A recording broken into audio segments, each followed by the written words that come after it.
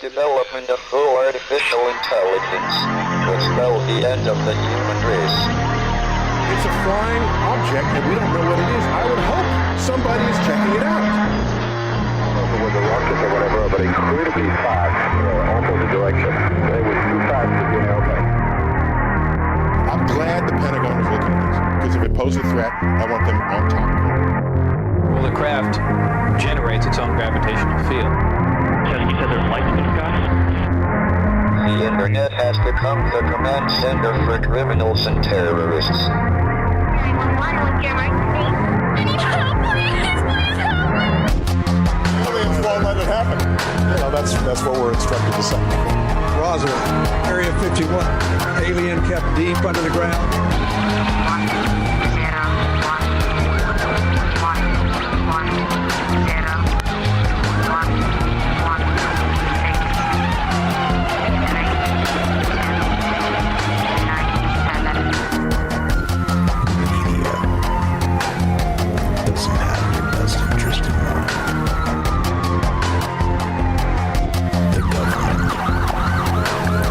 self-serving.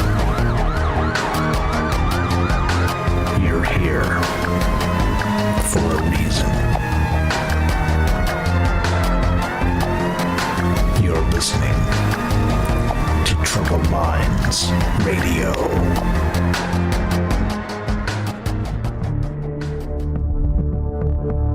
Broadcasting live from a secret bunker just off the extraterrestrial highway. Somewhere in the desert sands outside of Las Vegas. From somewhere in space-time, loosely labeled Generation X on planet Earth.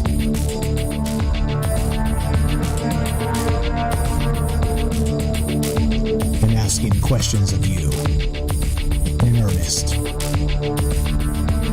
into the digital darkness.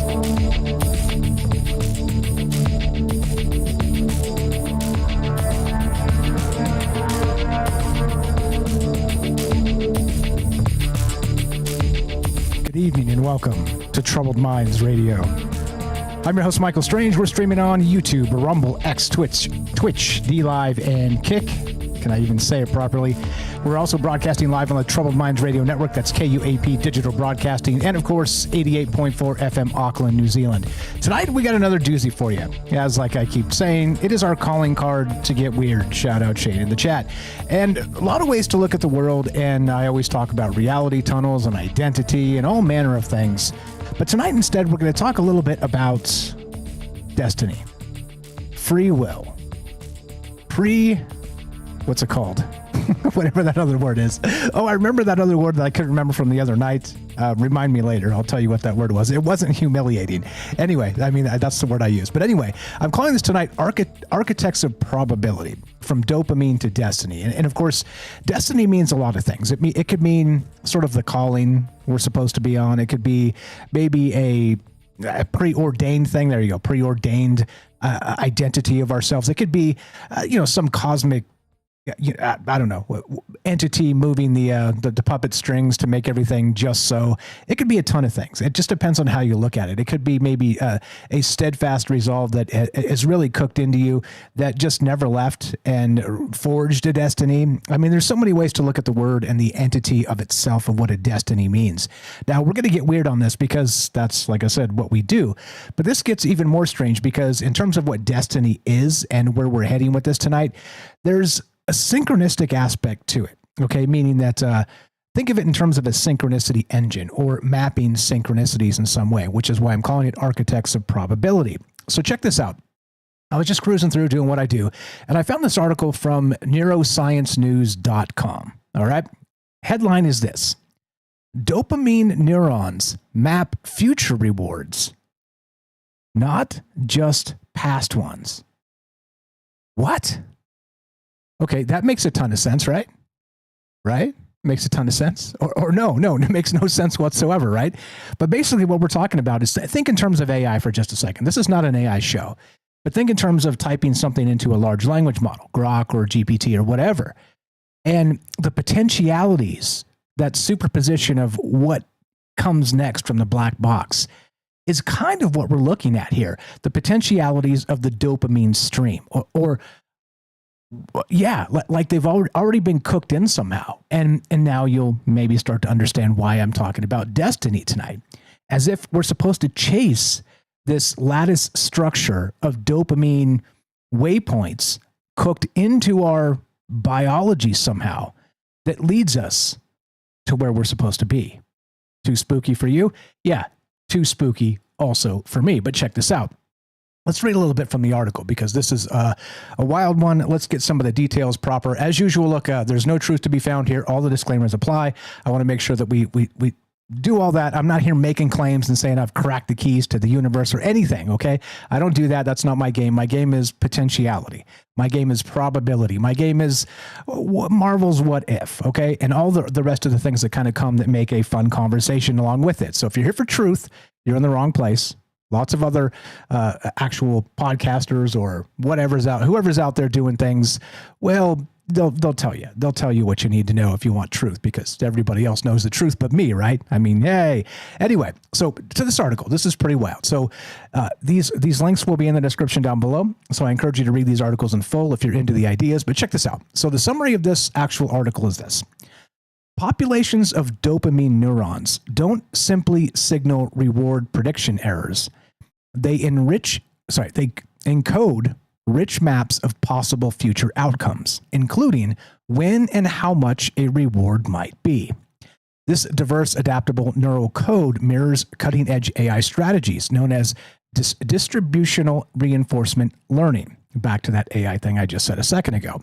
Researchers found that different dopamine neurons specialize in immediate or delayed rewards, optimism, or caution, forming a collective system that guides behavior based on probabilistic future possibilities. Doesn't that sound like a giant mind screw? It sounds like, when I read this first blurb, I was like, hot damn, this sounds like a troubled mind show. Anyway, this continues. These findings could reshape how we understand decision-making, impulsivity, and how to build more human-like artificial intelligence.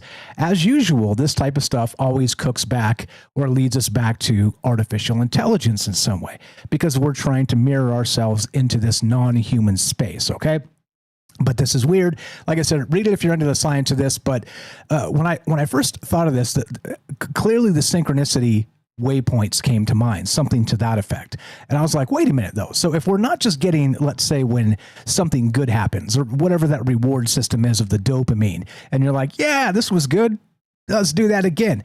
But the potentiality of such, meaning that some things are better than others for other people. And we've known this for a long time. So I'm not telling you anything you don't know. This is not some groundbreaking science.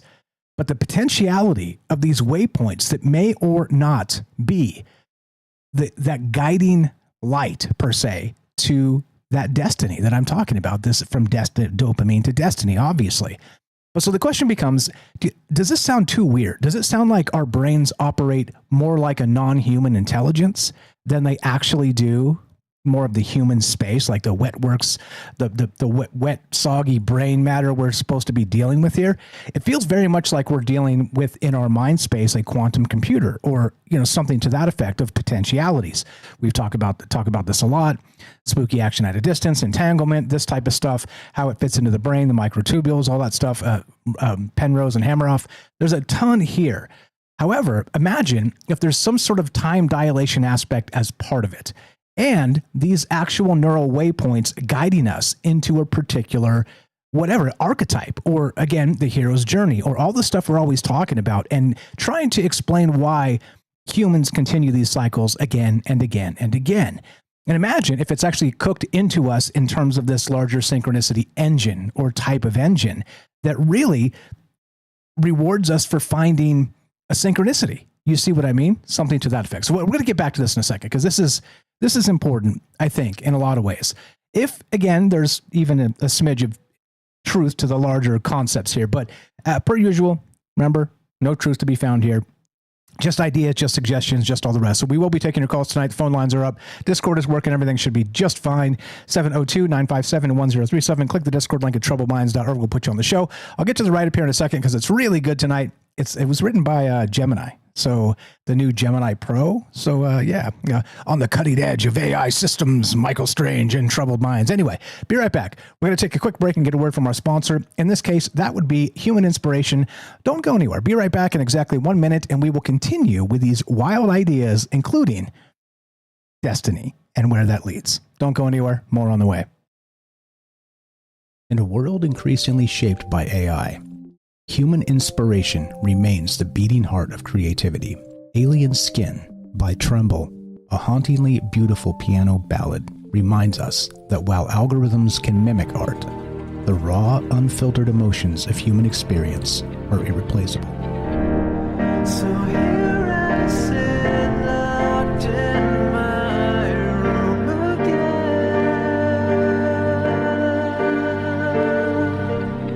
Written and composed by Jesse Ian in collaboration with Todd Smith, this progressive masterpiece delves into the depths of internalized grief and the silent toll of artistic compromise. As AI reshapes our reality, Alien Skin stands as a testament to the timeless power of human emotion and the complex beauty that only true artists can evoke. Experience the haunting beauty of Alien Skin by Tremble and support human inspiration. Available now on iTunes. Welcome back to Troubled Minds. I'm Michael Strange. Let us continue, shall we? Okay, so back here. Back to the write-up here. I'm going straight to the write-up. Like I said, this is linked in the description. I do encourage you to read it. It is very good. Here we go. It was long held that dopamine, a key neurotransmitter, primarily functioned as a record keeper of past satisfactions, a chemical tally of rewards already experienced. This understanding painted a picture of the brain as a reactive organ, learning from what has been. However, recent findings from the realm of neuroscience suggest a significant shift in this perception. It appears populations of dopamine neurons do more than just signal reward prediction errors based on past events.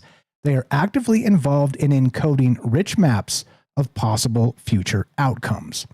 This evolving understanding suggests that our brains are not simply waiting for a reward to occur and then cataloging its impact. Instead, these neural systems seem to construct a detailed landscape of potential rewards, considering not just if a reward might happen, but also when and how significant it might be. The brain, it seems, doesn't rely on a single static prediction about what's to come. It generates a more dynamic and nuanced projection, a spectrum of possibilities. This points to a biological mechanism that is inherently forward-looking, a system designed to navigate the uncertainties of what lies ahead by actively anticipating a range of potential futures. And does that not sound like the cat state, superposition, the things we always talk about? Of course, the implications are really quite profound in this. Yeah, a mental multiverse. Exactly, James. We'll get to you in just a second. Hang tight. So this internal forecasting system does not present a single unified vision of what is to come. Instead, our own neurology houses competing factions. Specific neurons appear to be dedicated to optimistic outcomes, mapping the best-case scenarios, while others chart the pessimistic possibilities. We are living with a constant internal dialogue between hope and dread, with each path given its own distinct representation in the brain. Okay, we'll leave it there, and I'll get back to this momentarily because there's a lot of wild ideas in this article. But that becomes the point. We're talking potentialities. We're talking a future-looking wet organ inside of our skull that's anticipating and maybe even guiding us to a potential destiny, potentialities of sorts. And so the question I have for you guys tonight as we start, because this is complicated as hell, as usual, I like to say it, it's true, this stuff is complicated when you kind of go off the rails a little bit with the conceptual thinking and all the rest. But don't worry about all that. It's completely fine. But hold on, I got a list of questions here. I'll read them in a second. We'll talk to James. So basically, what do you think about this? What do you think about the possibility of our actual biological architecture in some way anticipating potentiality of future events? Does that seem too spooky? Does that seem something in between? Does that seem like, come on, Mike, this is old news? We all knew we were entangled beings with the octopus at the center of the galaxy, the time-traveling octopus or whatever's going on with that. Who knows? But I'd love to hear your thoughts on this. I got some questions to ask you as soon as I find my notes here. There's a lot of things going on, a lot of things in play. Don't judge me. I'll get the questions in just a second, but love to hear your thoughts. There's a lot going on with this idea, including, of course, the idea of a mental multiverse, which we'll talk about in just a second, because of course we're going to go to our good friend James Salcedo. What's going on, my man? The host of Salcedo Paranormal, and of course the paranormal expert of Troubled Minds. How you doing, sir? And welcome to the joint, and go right ahead with whatever you got. Yeah, I wasn't sure at first if I really had much to say on this, but it makes me wonder if this does make sense in a way, in that, and maybe I'm getting this wrong. So you can let me know if I am. I have no problem with that. But it makes me think of how sometimes, some days, I'm able to just keep going with whatever I'm doing, whatever I'm working on, and again, because I'm legally blind and my vision is changing, there are some days I'm able to just completely not think about that, or at least hardly at all, and just keep going. And with the work I do on my writing when I'm able to, and then my podcast, like you mentioned there. And then there are other days where I just can't stop thinking about the way my eyes are changing and what I'm going to do to get by in the future if they change, when they change, if they do change, to such a degree where I can't operate without wearing my blindfold 24/7. So I'm wondering if it's those clusters of those cells in the brain that are sort of mapping things out, that's sort of maybe partly responsible for all that. Yeah, at least partially. And that becomes a weird part of it too. I guess you could probably maybe pin our mood on some of this stuff with how the dopamine reacts to our stimulus with our environment. And I mean, of course, how it actually works, again, I'm not a scientist. However, we do know that the dopamine aspect is fierce, and it's been cooked into us, not just with the mass media we always talk about. If it bleeds, it leads. It's the very reason for the 24-hour news cycle, because if you're reading boring news, you don't feel like you're locked in or whatever. You're not, are you not entertained, from Gladiator? It's one of those things that definitely guides us from cradle to grave, basically. However, the potentialities of such and other rewards being, let's say, predetermined in some cases, or again, this destiny aspect of it, and including the synchronicity bit, is maybe, just maybe, we're sniffing out these ideas as we're supposed to be. Meaning that when we find something in those weird syncs, we're like, yeah. And we're supposed to find them because it's been cooked in, and we recognize it before it happens, or it recognizes us in hopes that we recognize it when the time passes and comes through as part of that potentiality. I don't know. It's weird, man. It's definitely a weird idea, and maybe too weird for us, but I don't think anything's too weird for us to be actually honest here. But yeah. Well, it makes me too wonder about is the brain, are parts of the brain, again, the idea of having a dialogue or a conversation with itself. I mean, how are those, like, could you almost consider those to be separate, not separate, but like smaller organisms that are part of the biological brain that are somehow connected to our consciousness? I really wonder about that too, because of the way, like I said, sometimes, I don't know, I get into moods and I can't always explain it, but it happens. And takes me a little while to get out of them, or I just try to keep the good ones going as long as I can. And I tell you what, we talked about this before too. One thing that has helped a lot is just not paying attention to the mainstream media, that's in the news, 24/7 news. I don't ever have the news on. I just catch bits of it from people that I know, and that's how I get it, and I'm fine with that. Yeah, and you're better for it, I guarantee it. Because if you've been, speaking of news, if you've been watching the news today, let me give you a little bit of the news, James. No, never mind. If you guys have been watching, you know what I'm talking about. Everything is just this massive drama cycle, and everybody's kind of choosing their cults now of who. We had a massive division in the political space of the current administration, and two of the most powerful people in the world were taking shots at each other on Twitter or Twitter X. Can you believe that? But anyway, there's your news. I won't even mention the names of the people involved, but it is, there you go. There's your daily news brief, James. And you can just imagine who those people might be. But however, still it's an incredibly, I don't know, like Jerry Springer, right? It's very Jerry Springer, but it's also what we're drawn to. We're drawn to that, like, oh, what kind of drama is going on with these people, right? And It's ugly. It's ugly. And like I said, you're better for it. So that's it. That's the news update for tonight. I'm not going to get any more into that. I almost thought of doing a whole show on it, calling it like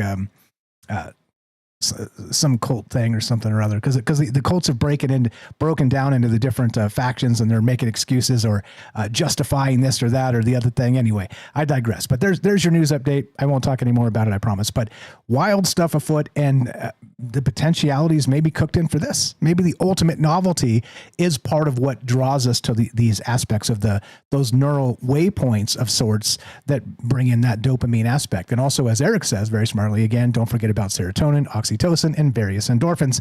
Of course, welcome back, Eric. Oh, we definitely missed you. But yeah, anything else on that, James? Do you think that we are led in some capacity through a biological system that's temporal, that draws us to particular places or times or even moments and tries to show synchronicities to us through this the mechanisms of these endorphins and chemicals or whatever? That's really the point of tonight. That's the question. And there's more questions. I'll read them in a second here. But what's your take on that? What do you think? Is it too wild, or you think we're in the pocket here? No, I don't think it's too wild. I mean, if you think about how much energy that goes through the brain, and how much energy is out in the world, and the idea of it all being sort of connected and always moving around and interacting, then it could make sense that there could be parts of our brain that are aware of things that we are not, and maybe processing decisions that we've made or that we could make before we make them, and leading us either toward them or away from them if the different parts of the brain do or don't agree. Exactly right. And okay, so here's the questions. I got them. Let me read from my notes here. So if the brain is modeling the future, how many of our choices are already predicted? That becomes the question here. And a second, which I'll read in just a minute, but that again kind of flies in the face of this destiny aspect of, do we have free will at all? And this is a question that goes back for thousands and thousands of years. We've talked about consciousness and all the free will stuff and destiny, and like how much of this is really part of who we are, or are we just really walking the path that's been laid out before us, whether we know it or not? And those are, again, those same cycles of Jung and Campbell that we always talk about. And of course, the larger cycles of society, which, we're still fighting wars in 2025 and killing people. It makes no damn sense. But that's where my head's at tonight. Promise you I'll get more weird. It's in the write-up. We'll definitely get into that stuff. But anything on that, James? We got about a minute left, and then I'll read the final question here, and then we'll get into the part 2 at the bottom of the hour. Well, the destiny versus free will thing has always been amazing to me, because I don't know. There's things that happened to me that that have led me down certain paths that I feel like I have no idea where they came from. Being on a talk show, talking on shows years ago, that was never in the picture, ever. And now I'm here. So, and I have no idea how exactly that happened. I have a possibility, a potentiality of an idea. Maybe you're supposed to be here, James. And that's the thing. That's the weird thing is sometimes when things happen like that, like doing this now, it does feel like that. So, but then how does, again, I don't know how that works, and I have no answers either. But it's amazing questions there. Absolutely. Thank you for that. We are taking your calls. If you got a take on this, do you think what do you, so basically let's just cook it down to destiny, free will and destiny. What's your take on that, and how weird does it get in terms of sort of a potentiality of waypoints within our biology that actually draw us to particular places or times or identities or gnosis, or we'll talk chaos magic a little bit as we go. But basically this, have you ever had a gut feeling that seemed more like a message from the future than a guess? And we're talking about sort of the super intuition aspect that draws you into these places that you're supposed to be. And that puts us about where we need to be. Love to hear your thoughts on this. Again, thanks, James, for popping in. You're welcome to stay, as you know. Well, I don't know. How do you feel about destiny? How do you feel about free will itself? How do you feel about the idea that we are being led through our biology to be in a particular place at a particular time in the large temporal cosmos that we live in? And that's that. One more time, you want to be part of the show? Oops, that's the wrong button. 702-957-1037. Click the Discord link at troubledminds.org. We'll put you on the show. And what's up? What's going on? I see you in the chat. I'll catch up in the chat in just a second here. Yeah. Few answers, many questions. Love to hear your thoughts. Be right back. More Troubled Minds coming up. Don't go anywhere.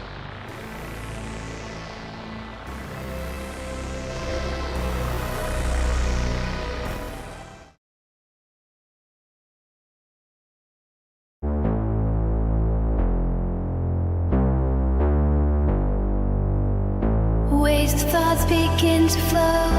Frequencies dance like they tether. In this moment we're together. Electric sparks igniting minds. Chasing shadows through the night. In the realm where feelings grow. Dancing with the stars above. Lost in the cosmic glow. When all I needed was someone to walk with me. How did you know that we would find this harmony? You're all that I ever hoped for. You're all that I ever sought out. Since our hearts and minds collide, let the rhythm pull us closer. Feel the rush like a roller coaster. Dopamine, a bright delight. Filling spaces, bringing light. In the echoes of our sighs, chasing dreams that never die. When all I needed was someone to walk with me. How did you know that we would find this harmony? You're all that I ever hoped for.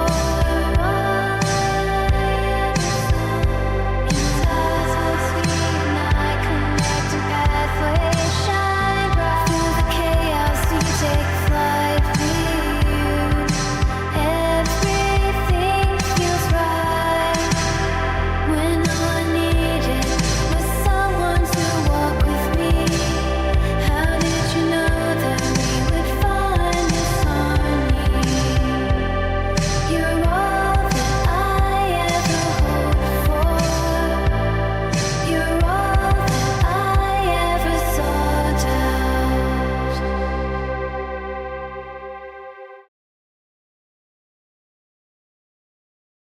In the pulse of the city lights, our thoughts vibrate, reaching new heights. Each beat sinking as we dive. In this rhythm we feel alive. When all I needed was someone to walk with me. How did you know that we would find this harmony?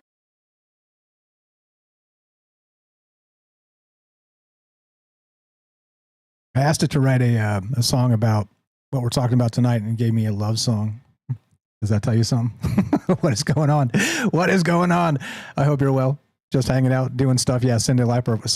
I can't even speak tonight. Cindy Lauper vibes, definitely. What's up, Ricky Gaston? Eric is here. Welcome back, bro. We got Matsal, Apoc, Sweets, Daryl, JJ, Vincent, Molly, and Dawn. And thanks, James, for sitting in. As always, you're the best. Over to Rumble, and I'll say hi. If I miss you guys as we go, just say hi. I'll try and keep up and include everybody. What's up, Gordo, Puff? What's happening, folks? North Vixen is here. Hello, everyone. We've got who else? Good evening, good evening, good evening. Hiker Emoji, how you doing?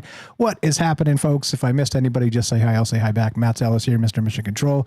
I see you, James Sweets. What's up? That's Eric Shalaban. How you doing? Shane, OG Skywatch. Welcome back. Been a minute, man. Where you been? OG Skywatch. Fred is here. Good evening. Good evening. Yeah. And yes, definitely. If you want to get, if you're on the Discord, type in the show chat, and you'll definitely get more people seeing it and more people interacting as we get going here. So thanks again for being part of this. What do you think? How weird is this? How wild does it get? And I'll dip into the write up a little bit more, because this is definitely a weird one. Temporal. Well, yeah, that. Be right back. We're back. Here we go.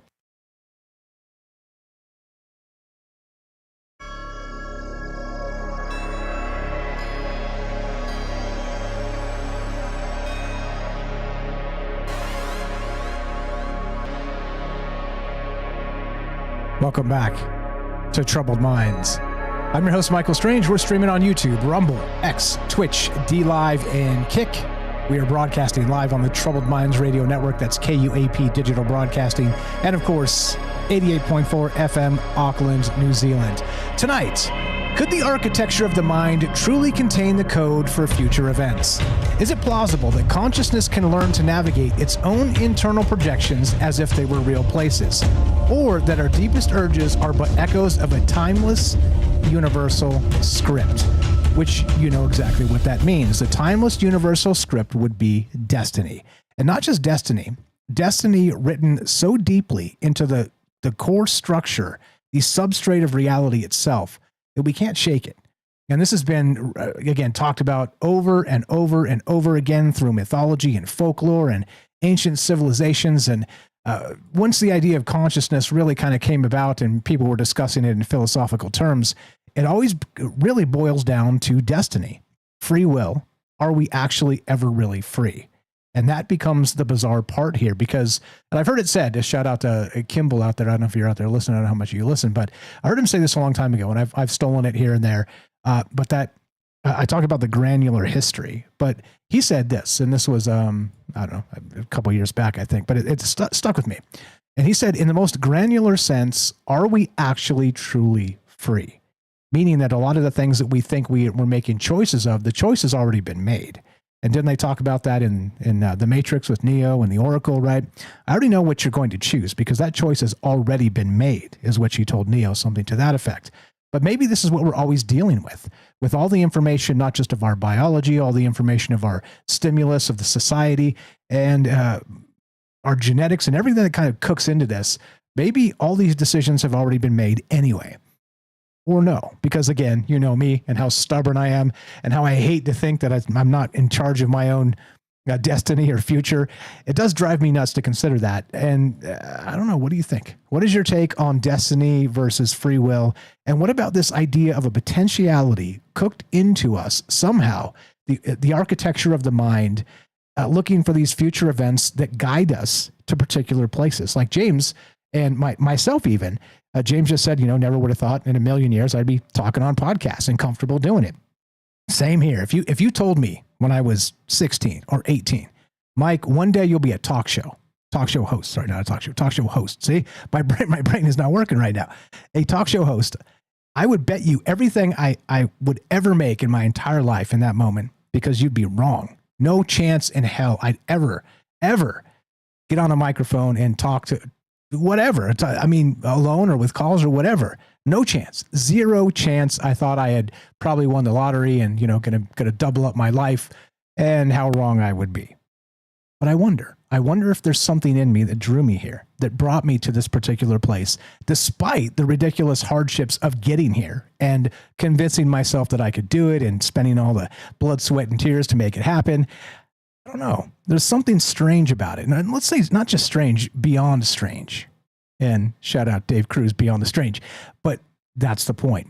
I don't know. What is your take on this? What about destiny? What about free will? How do you feel about it? And how weird does it get in the larger context of the conversation when you talk about these dopamine potentialities and our brain maybe preceding us to draw us to particular things versus others? And we'll get to sigils and gnosis and chaos magic momentarily, because I think this is incredibly important. James, anything on that? We got a caller on the line we'll go to momentarily, but welcome back. Thanks for being patient as I ramble through this. And I'm not sure why my brain's not fully locked in just yet, but don't worry. I just got to knock myself around a little bit and we're going to be just fine. But if you got anything on that, James, welcome back. Free will, yours or nah? Again, I don't know.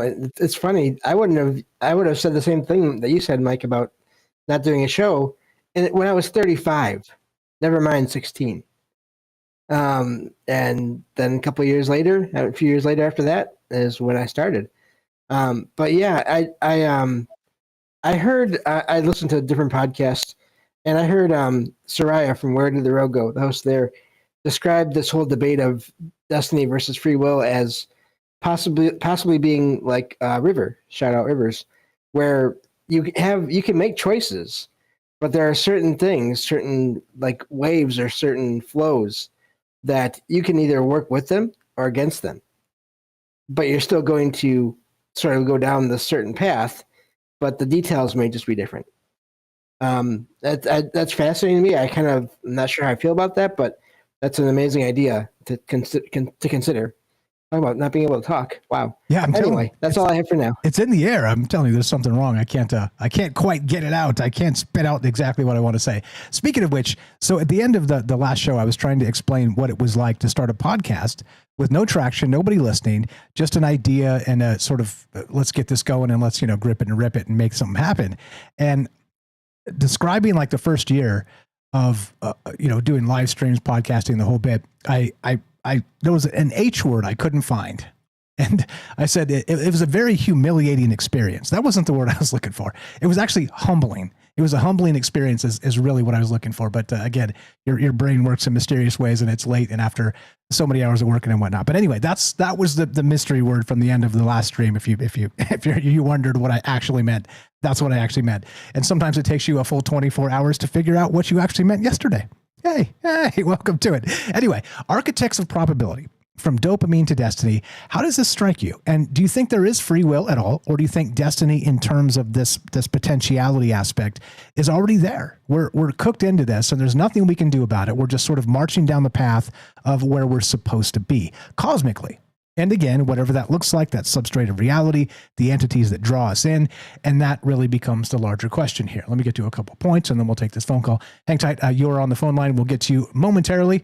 Thanks for being patient. Let me get this real quick, just so we have a larger, better narrative as we talk about this stuff, because sometimes I get a little weird. Okay, so anyway, in this particular aspect, we're talking intuition, hunches. Like I said, sort of a super intuition aspect of us being drawn to a particular place or time or whatever idea, whatever that is, a talk show host or whatever, or very Art Bell-esque weird stuff to talk about weird stuff by Dark of Night, whatever.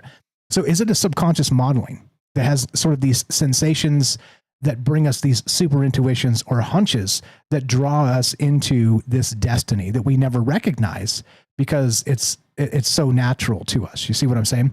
So in that case, is intuition just a shortcut? A silent summary of thousands of neural simulations, and that becomes that potentiality aspect. And of course, I don't know the answer to that. By the way, too, like James said, and like I keep saying, this stuff is way above my pay grade to make any final determinations on it. So just take that for what it is. And possibilities, potentialities are what it's all about. So anyway, we'll get back to that in a second. But additional questions: is intuition a type of inner prophecy we've trained ourselves to ignore? That's what's on my mind tonight. Architects to probability, dopamine to destiny. Do you think it's, how cooked in is this? And how free are we actually when you cook everything down to the most granular basics? 702-957-1037. Click the Discord link at troubledminds.org. We'll put you on the show. It's as easy as that. So let's go to, is this a first-time caller? You're on Troubled Minds. What's your first name? Where are you calling from? Hi. Awesome to be on. My name is Abram. I'm calling from Massachusetts. Abram in Massachusetts. First-time caller, I'm pretty sure. I don't remember you at all. Welcome to the thing. How you doing tonight? Yeah. I'm great. Thank you for having me. This is actually kind of surreal. This is the first time I've ever called into a podcast or anything like that. So I'm excited to talk to you about this topic specifically. Sweet. Love to hear it. So no need to be nervous. All the rest of that stuff, I've got your back entirely. If you need a moment to collect your thoughts, just say, give me a sec, Mike, and I got you. I'm here for you and for this conversation. What do you know about it? Take it anywhere you like. Nonlinear, open-ended. Kind of keep it close-ish to what we're talking about. But what do you think about destiny? What do you think about free will? What about these potentialities of this dopamine aspect of our brain? What you got? Go right ahead, sir. Welcome to the joint. Yeah, so a couple of things came to mind. One, on your question of free will, right? I believe that we're 100% free. And I have a background actually in recovery. So I spent about 10 years in active addiction, and I got into treatment, and then I ended up, getting a LADAC and learning a lot about psychology, and we talk a lot about free will. And I think it's important for me to keep in the back of my head that, what we do when we, put substances into our bodies and consume things, and also just being in the air that we're in, our neural pathways are being developed through those habits, or we're able to somehow promote growth and decay based on our actions. Right. So that was the first thing that came to my mind, that, maybe we are co-creating in this. And then the second thing was holy guardian angel. And I guess how in a lot of cultures they see a holy guardian angel as, you know, an aspect of self that is from the future or more highly, you know, developed in its frequency, that it's actually helping us along the process of life. Okay, I actually didn't think of that. So in terms of just so we're on the same page here, holy guardian angel being sort of the one that most people would know. Are we talking about actually just an angel kind of over your shoulder, maybe guiding you to particular places, helping you, you know, the proverbial, you know, devil on your shoulder, angel on your shoulder, this type of thing? Or is there something additional that I'm missing as part of that aspect? I just want to be clear so I don't misrepresent or kind of go off the rails here with what you're talking about. No, I thank you. I'll definitely be better about, you know, I guess what I would define as that is, yeah, the conventional sense of like a spiritual entity that is attached to you. And I know, like, you know, a lot of people talk about thought forms and what is, you know, like how tangible is the spiritual thing. So I don't know if it, you know, how real, quote unquote, that it is, but I think just, yeah, a guiding principle or something that you align yourself to in the same way that neurologically, you know, it looks like we have some form of evidence that where, you know, our neural pathways are you know, clustering to, you know, kind of create a recurring thing or cycle. Okay, I follow you. So, all right. And I'm down with that. I love the entity or the tulpa, the thought form, that whole idea, whatever this is, because I do think, and we've talked about this in the past as well, sort of the merging the seen and the unseen, shout out APOC, Amun Ra. And this conversation came up kind of recently, and then we did a whole show on this. But that aspect, sort of that spiritual aspect of ourselves could, again, for as usual, you know, you believe what you want, the reality tunnels and all the stuff. I'm not here to try to break that down and make judgments or anything. But even sort of in the scientific space, Eric also, who's in the chat there, stated that a ways back, sort of the soul aspect of ourselves as an entanglement process, that you're maybe picking up on something from very far away. And in that case, I'll elaborate a little bit from what I think about it, is that maybe those things are entities. Maybe those things are beyond thought forms, and as you described, guardian angels entirely. I love it, man. What else you got?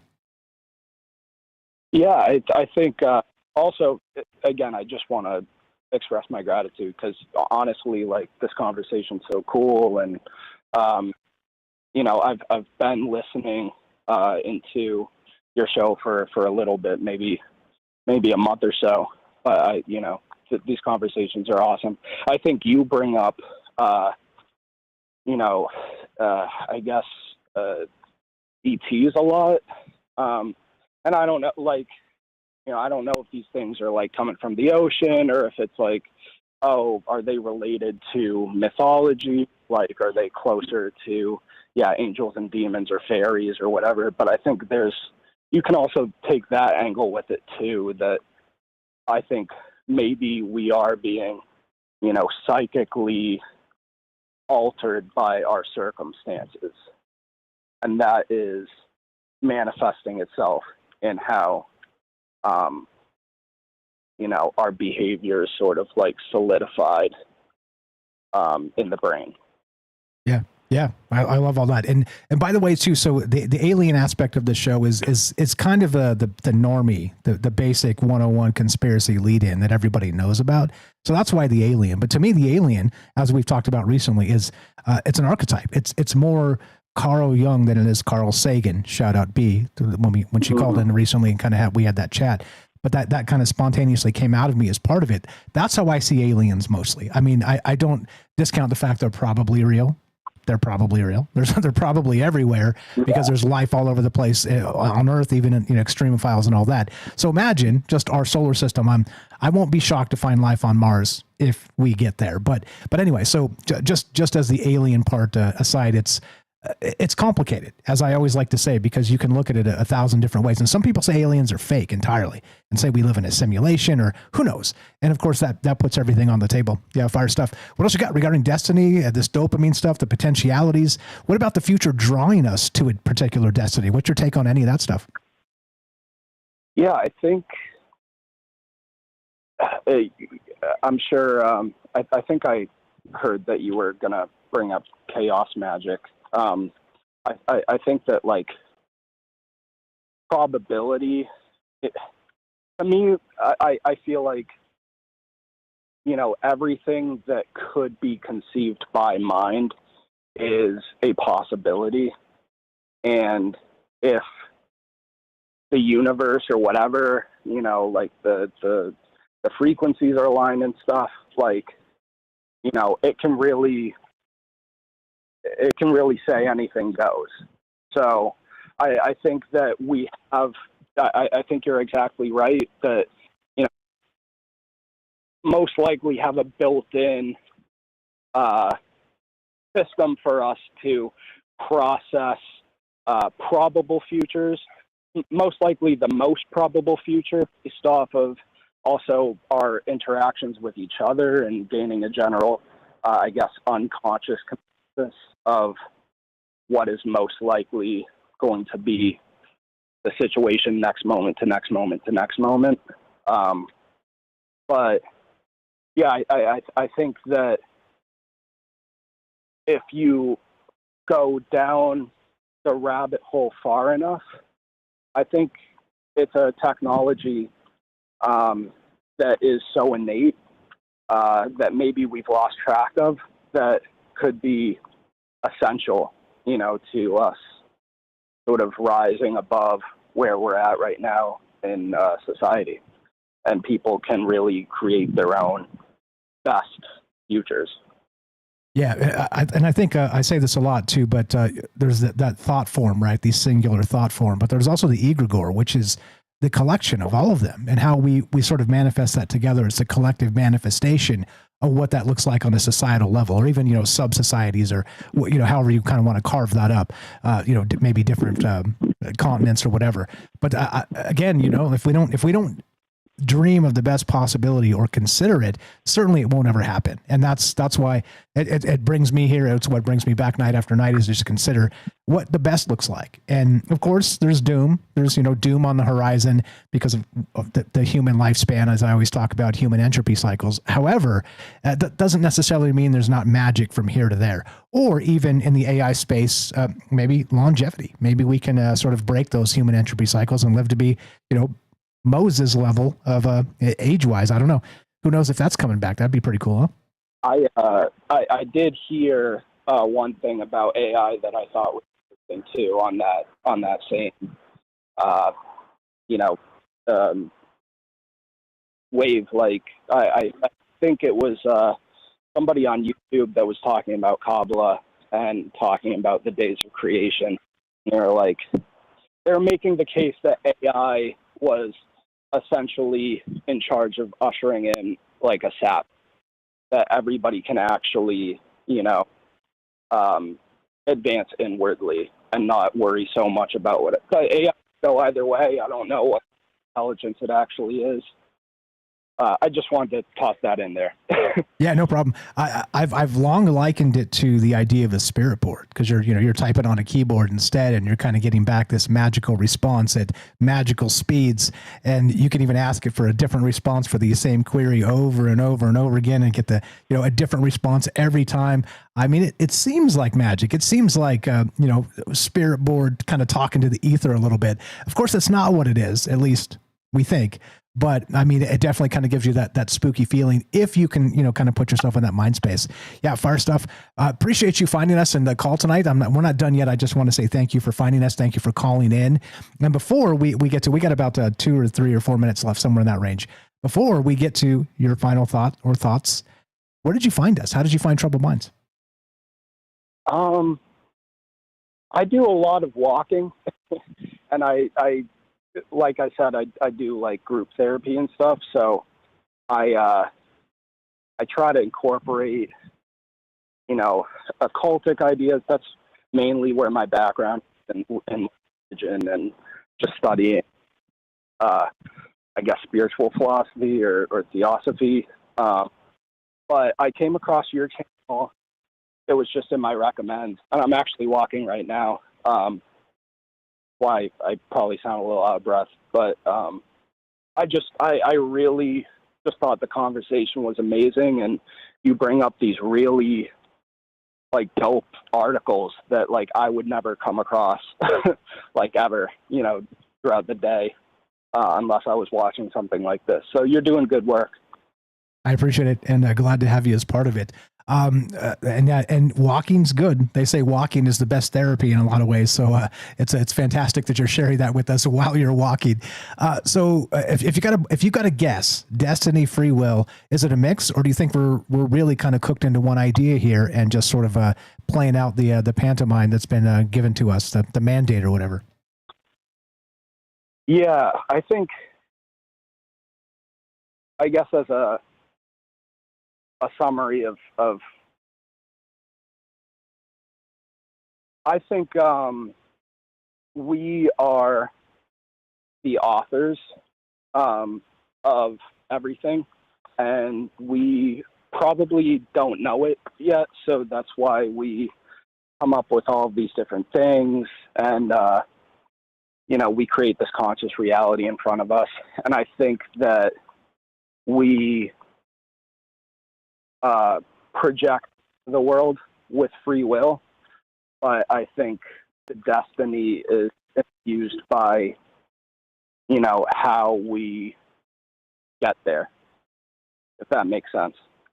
It makes sense that it's complicated. And that's exactly why I always say that, because it is. Once you start to kind of go fractal with these ideas and scale them, suddenly things that seemed, you know, in a more basic normie conversation that seemed like, oh, I know all about my own reality tunnel. I know about my own biases. I know all about my dogmas and sort of whatever. I know all about me. But then suddenly you start scaling these ideas that seem simple, and suddenly they're not simple anymore. And it becomes a conversation where you, have you ever taken those tests, for example, just real quick, those weird tests where it like asks you the same question sort of over and over again and says you kind of agree, you extremely agree, you extremely disagree, all the rest of this, but then it has this big mix of these weird questions, and it asks you over and over again, and it's the same stuff, except it's trying to determine if, like, you know who you are or something. Like, I still have never figured out what the hell they want to know from those things, but you know what I mean? It's almost like that. Like, we're stuck in this. Oh, okay, so are you sure that you know who you are, or do you really strongly disagree with that thing? Or is this, you know, now when you frame it a different way and ask the question slightly differently, now do you kind of agree? I don't know. It's weird. It's weird. Like, how well do we know ourselves when you add complications? And I think that's exactly the beauty of these conversations. And yeah. What do you think? It reminds me of that, like, sort of like Saturnine structured, like, energy. And it's almost like you are being tested. Like you said, I think the test is a perfect analogy, because you keep on running into the same, like, issues in life. You keep on running into reoccurrences and synchronicities, and it's almost like you're being tested through it, like, and you have to remain, like, sort of aligned and in integrity with yourself. I think, you know, it could just be trial and tribulation, the suffering that, like, every major world religion, you know, talks about, just of life in general. But yeah, I don't know. You and me both. I don't know either. It was Abram, right? That was your name? Yeah. Okay, just making sure. I'm terrible with names. Going to make sure I get it right. Abram in Massachusetts. Thank you for walking with us. Thank you for thinking with us. Thank you for dreaming with us. You know where to find us. You're welcome back anytime. Thank you for the call. Yes, sir. Thank you. Have a great night. There you go. Making new friends all over the world. Hey, shout out our new friend Abram there, and calling us on a walk. Is there any better way to call into troubled minds? How about that? Love that. Thank you for, like I said, doing all those things and finding us. And thank you to the algorithm for bringing him to us. It's weird, right? Was it meant to be? What do you know about destiny? What do you know about free will? What do you know about potentiality? 702-957-1037. Be right back. More Troubled Minds on the way. Nobody on the line if you want to jump in here. Don't go anywhere. Except for Shane. You're allowed.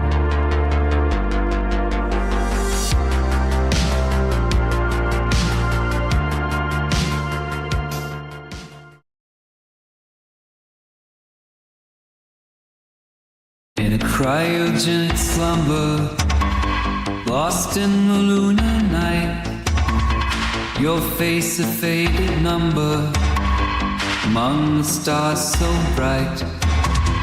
Dreams of forgotten echoes, waiting for time's command. Curtains of gray and sorrow, the lonely lunar sand. Below the moonlit sky, of the love we tried, silent by your where ancient souls reside, suspended in a story, kept in the cold dark tide. Our futures in the making, in a silver-etched domain, hearts kept in silent aching, till we meet once again. We are awakened below the moonlit sky, to the fragments of the love we tried.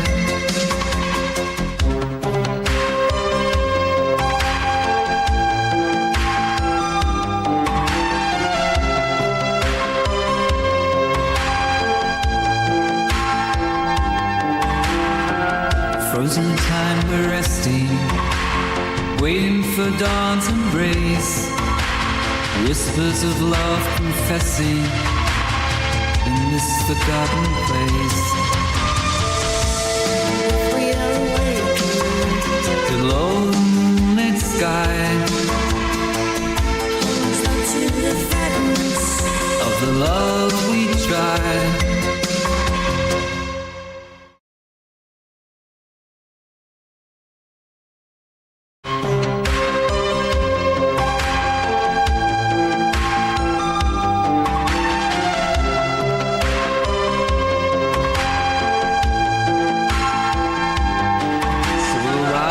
With the morning glow, and the light will come to know. We are awakened below the moonlit sky, to the fragments of the love we tried. In the depths of lunar silence, our destinies intertwined. Memories kept so vibrant in the vacuum deep in mind. The tale of cosmic yearning across the astral sea, and the fires of hope still burning for when you finally breathe free. Oh yeah, what's up, Herschel's here? What's up? Welcome back. We got Jacob Harsher boy back at the house. How you doing? New Discord account. What's up, Don Sweets, Daryl? That's Roving Fungus, JJ, Molly. I read your comment there. I'll read it aloud in just a second. Molly, what's up? That's Ricky, Gaston, Eric, Matsal, and APOC, and of course James. And who else? Who is that? Forgetting the names. Yeah, I'm usually pretty good. Jeremiah, of course. There you go. I wanted to call you Sacrifice Pain because you had a similar handle or a photograph there. Check this out. Molly says this on the Discord. Those tests are called assessment tests.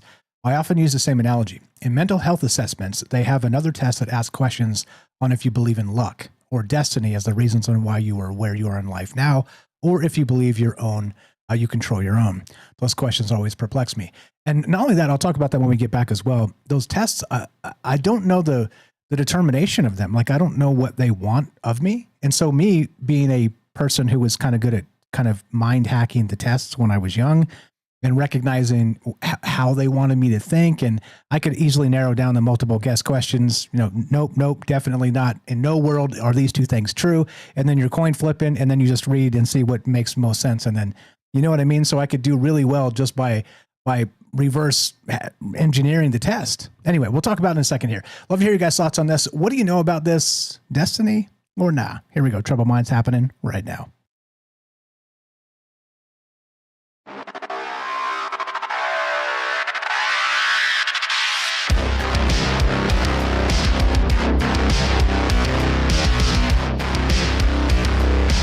Welcome back to Troubled Minds. I'm your host, Michael Strange. We're streaming on YouTube, Rumble, X, Twitch, D-Live, and Kick. We are broadcasting live on the Troubled Minds Radio Network. That's KUAP Digital Broadcasting. And, of course, 88.4 FM, Auckland, New Zealand. Tonight, could the architecture of the mind truly contain the code for future events? Is it plausible that consciousness can learn to navigate its own internal projections as if they were real places? Or that our deepest urges are but echoes of a timeless, universal script, which would be that substrate of reality we talk about, and of course, destiny and the larger context. It's weird. It's complicated. It's, I don't know. It's amazing. It's amazing to think about. And of course, it's at the core of what it means to be human. Do we really have agency at all? Or is it some charade, as they say? Pardon my French. I don't know. What's your take on that? We'll get to those tests in just a second. Anything to add, James? Again, thank you, Abram, for the call. First-time callers, we love making new friends. Of course, we love our old friends to call as well. And I don't mean old, I mean longtime friends. James, anything on what Abram said, or any ideas you had kind of pop in? Or if not, that's cool, because I got tons of stuff to get to, as you know. Yeah, no, just great call from Abram. I do love the idea, and I'd forgotten about it, but applying it to this kind of makes sense to me. This idea of a higher spirit or a higher self that maybe is in charge, is running everything, and maybe it does. So maybe there is a mix of destiny and free will.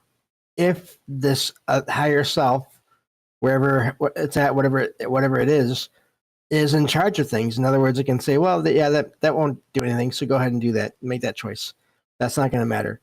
But then other things, it can say, no, you're doing this because this has to be done for whatever reasons. And that's why things go the way they do. I love that possibility. Again, I don't know for sure. I don't even know what I believe about a lot of this. I had ideas for a while, and I've kind of changed on a lot of that. But I think it's fascinating. Also, I think it's hilarious to me personally. My poor higher self, because I can be so stubborn sometimes, and and you know me. I mean, I'm always trying to push hard to do as much as I can, and sometimes to my own detriment, and a lot of times to my own detriment. And it's probably just they're probably just sitting there going, "Oh my gosh, again! Damn it, Seriously? James! Damn it, James! Why?" Yeah. Yeah, I feel you. I absolutely feel you there.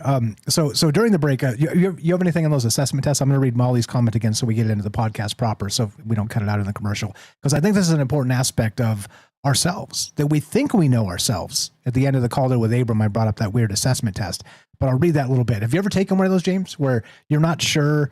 Like I was saying that I've been gifted enough to sort of reverse engineer the multiple guess questions, as I like to call them, and be able to kind of recognize how they wanted me to think, and then narrow down, because they always give you, A, B, C, D, E, whatever, right? And then there's going to be two on there that are completely polar opposite, just kind of like the basis of making sure you're paying attention. But then there's going to be two that are probably closer to the truth, and then you got to read very carefully to see how they worded it. And then, they're trying to trick you, of course. And so they want to know how familiar you are with the thing, and then they try and trick you anyway. But so that's the normal one. But in those weird actual assessment tests where they ask you the same question like 10 different ways and say you strongly agree, you strongly disagree, and it's kind of this scale. But I'm not sure what they want, because to be honest with you, when you have that type of assessment happening, for me, every single question you ask me, it depends. It depends. And so I feel like this now. And so I strongly agree. But, you ask me the same thing in 10 minutes and, maybe the temperature in the room changed, and maybe I kind of only mostly agree now. You know what I'm saying? It's like, Like, what do you want? Like, what do you want from me? Like, is it how well you know yourself? Have you ever taken one of those tests? I'll read the comment here in a second, but it's weird when it's like, it's kind of a mind screw of, are you really sure that you know who you are? It's so bizarre. Yeah, that is wild. I can't think of offhand ever taking any. If I did, then it must have been maybe when I was a kid. I'm not sure, but yeah, looking forward to the rest of what you have to say there, and then the calls whenever they come as well.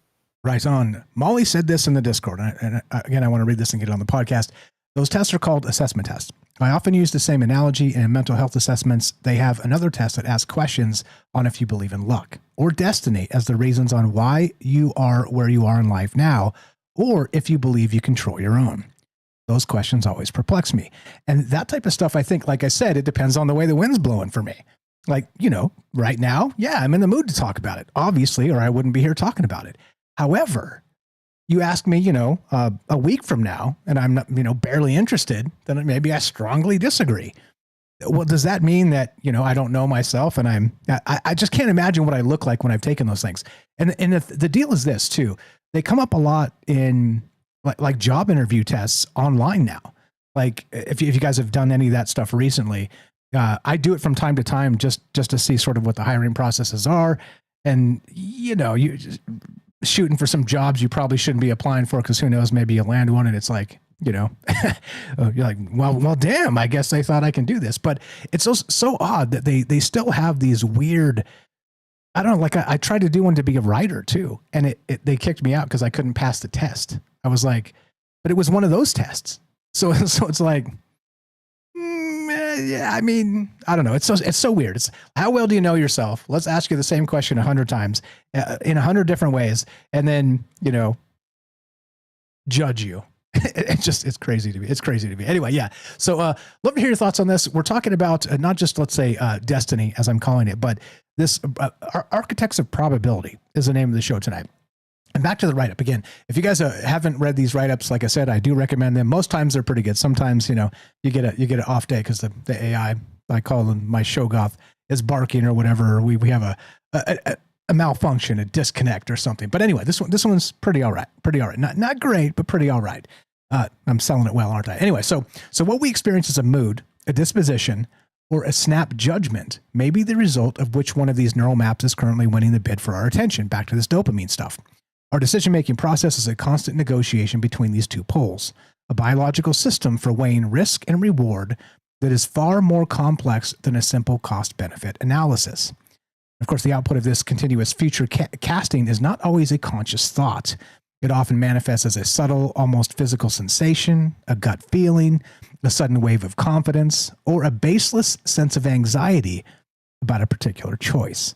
And I know we've probably all experienced some version of that. So it's the faint signal from, is it the faint signal from an immensely powerful parallel processor, our conscious mind catching a whisper of the complex probabilistic modeling happening just beneath the surface? Okay. And as usual, look, I don't know. I don't have these answers. I wish I did. I could, hip shot an answer and tell you, well, my intuition in the moment tells me. But then, like I said, ask me next Tuesday, and I may disagree with myself. Does that make me insane? Probably not. I mean, cross my fingers. Probably not. But like I said, for very simple queries or very simple constructs, it's easy to be consistent. But the more complicated things get, the harder it is to really lock down who you are. And that goes back to that identity. I'm always talking about identity. If somebody can sculpt and shape your identity for you, they basically control you. And so it's and this has been something we've dealt with forever, for time immemorial, as they say, because clearly if you can tell people who they are, then you got no problems. You just, ring the bell and people show up, and when the lights go on in the morning, they do the harvest, whatever, they start planting the seeds. Anyway, you get what I'm saying. So it's back to what I always say. It's complicated. This stuff is complicated. Anyway, what do you think? We're talking destiny tonight, and Architects of Probability. And so we started with this actual article tonight, which is from neurosciencenews.com. Dopamine neurons map future rewards, not just past ones. As if there's some framework of waypoints. drawing us to these, I don't know, wherever we're supposed to be? Or again, is that sort of the synchromistic mind trying to make sense of something that is not sensible or sensical? Maybe. And that's okay, as usual, right? Because I'm wrong just being here. So, hi, my name is Michael Strange. I have this great show. It's called Troubled Minds. And am I wrong about it? Probably. All of this, probably. But what do you think about probabilities? Speaking of probably, I'm probably wrong most of the time. But what about the times I'm right? I'm not keeping score. I'm pretty sure you're probably not either. If you're calling balls and strikes, I'm really sorry. I'm really sorry. But if you're not keeping score, you're probably following my weird thought process, which is obviously all over the place. However, it's about probabilities. It's about, again, the future, as I've talked about this in the past quite a lot. The future drawing us to it. Is this possible? Is this something that we should take seriously in 2025? I wonder. What's it called? There's a term for it. It's called retrocausality. Yeah, maybe, right? Also, maybe not. Love to hear what you think. Phone lines are open if you want to jump in here. Actually, Kelly's on, but after Kelly, if you want to jump in. 702-957-1037. Click the Discord link at troubledminds.org. We'll put you on the show just like this. It's as easy as that. Thank you to Abram, first-time caller from Massachusetts. Go to Kelly in Colorado. What's going on, brother? You are on Troubled Minds. How are you, sir? Go right ahead. Good evening, Michael. How you doing? Oh, pretty good. How are you? Hey, bring it good, down my energy again. Slowing things down for me. I appreciate you. Go ahead. What's on your mind? Just want to talk about this, what you got going on tonight. But I really don't have anything written. I didn't take written down. I just wanted to pop in real quick. It was still fresh in my mind. But the way I see it, okay. So the question is, can we create our own, or is it already like predestined, right? Like it's already a destiny. Correct. Preordained, right? So for me, I take it as like, also you're looking at, if we're living in a matrix, right? So if we're living in a matrix in some type, right? When we first come here, it's already preordained. Yes, you're destined. It's not a destiny that's fold out. It's just there you are. Now, if you let it be already ordained to you like that, like you're just working the part of the program, right? The matrix, then that's all you're doing. It's like an example. Like I was listening to Billy Carson. He was kind of explaining this is actually pretty good. He was talking about people, right? Some people think they're alive. But in actuality, they're just living the program, right? Day after day. They just, there's no change of life or nothing, right? There's nothing. It just go to work, have the family. That's it. It just, every day, nothing changed, right? So he comes with his saying is actually one of the best ones I like. He's saying, there's a saying that he says is that he creates vibrational frequencies that alter future realities in the third dimension. And if you ain't trying to reach that point where you're able to do that, or you're willing to do that, you're just running the matrix. You're just in that program stuck. So yes, is it preordained? Yes, it's already set, but you can change that. We have the ability to do that. But, you get people get caught up, like sometimes I feel like that with life. Sometimes, you just go into work, you come in, you're doing the same thing over and over. But you got to break free from that. It's kind of like this, for example, this show is a break from all that. You know what I mean? Like all these troubled minds coming together and we're breaking knowledge with each other. That's what we're trying to do. Now, you got to create your own vibrational frequencies that alter the future realities in this third dimension. Yeah, that makes a lot of sense. And you're absolutely right, because if I had to just talk about the weather all day with the normies at the water cooler, I would have, I'm not going to say it, I would have done something extreme because there's so much more out there that, again, if we're not thinking about it, we're not talking about it, How do we manifest this, even in the scientific sense? Like I've always said too, and you know this, if everything we talk about, if you look at it through the sci-fi lens, sci-fi science, Star Trek science, or whatever, if we're not talking about sort of the connections and how this stuff might be made, then we're not inspiring that zeitgeist, that sort of noosphere to kind of come to some sort of consensus that recognizes the next thing that needs to be built is maybe what we're talking about. And so again, we got a space here. This is our world too, Kelly. And absolutely right. That's water coolest talk, as Derek the Night Stalker says. Yeah. So I was going to come up with something else too. Like, oh man, I just lost train of thought real quick. That's okay. We're talking destiny. Yeah, but anyway, man. Yeah, good. Sorry, excuse me. But you're good. I was going to buy you a second. I was just trying to, make the sense of that. You know what I mean? Like, we're here, yes, but we're here for a reason, and we need to find that. Find that reason. Sometimes, it's harder, because everything seems to be against us. You know what I mean? Especially nowadays with all this technology and everything else. The fake food, the fake water. You know what I mean? It's trying to keep us off track, kind of keep us dumbed down in what we're not supposed to learn. But again, for me, I mean, you see that it was like, okay, so there it is. The example I kind of remember now. So the example I want to give is like, the Tibetan monks. You know what I mean? And they're, like the other show we were talking about, like when they try to reach the rainbow body. If you can do something like that, you know what I mean? Or even, it's weird that you find that like also like these weird things that are released from the CIA or FBI, right, where they talk about like, the ability to run through walls. It's like a 5-step thing. Have you ever seen that? You find stuff like that, and it's crazy. It might sound crazy, but like to some people, but like for us, it would be something that like interesting. That's either like us. We read that and it'd be like, that's what I'm talking about. You know what I'm saying? Yeah. But yes, we can do all this powerful things. And you know what I mean? We're walking time bombs as well. Nuclear explosions with all the. We got 1 billion cells, and they're all have 0.007 millivolts. You know what I mean? So you add that up by how many cells you have. We can do a lot. I mean, we can change everything, but just don't be part of that program again. Yeah, 100%. I like that. The go to work. Wake up, go to work. Watch the ball game, eat some dinner, go to sleep, whatever. I mean, like it is the monotony of life.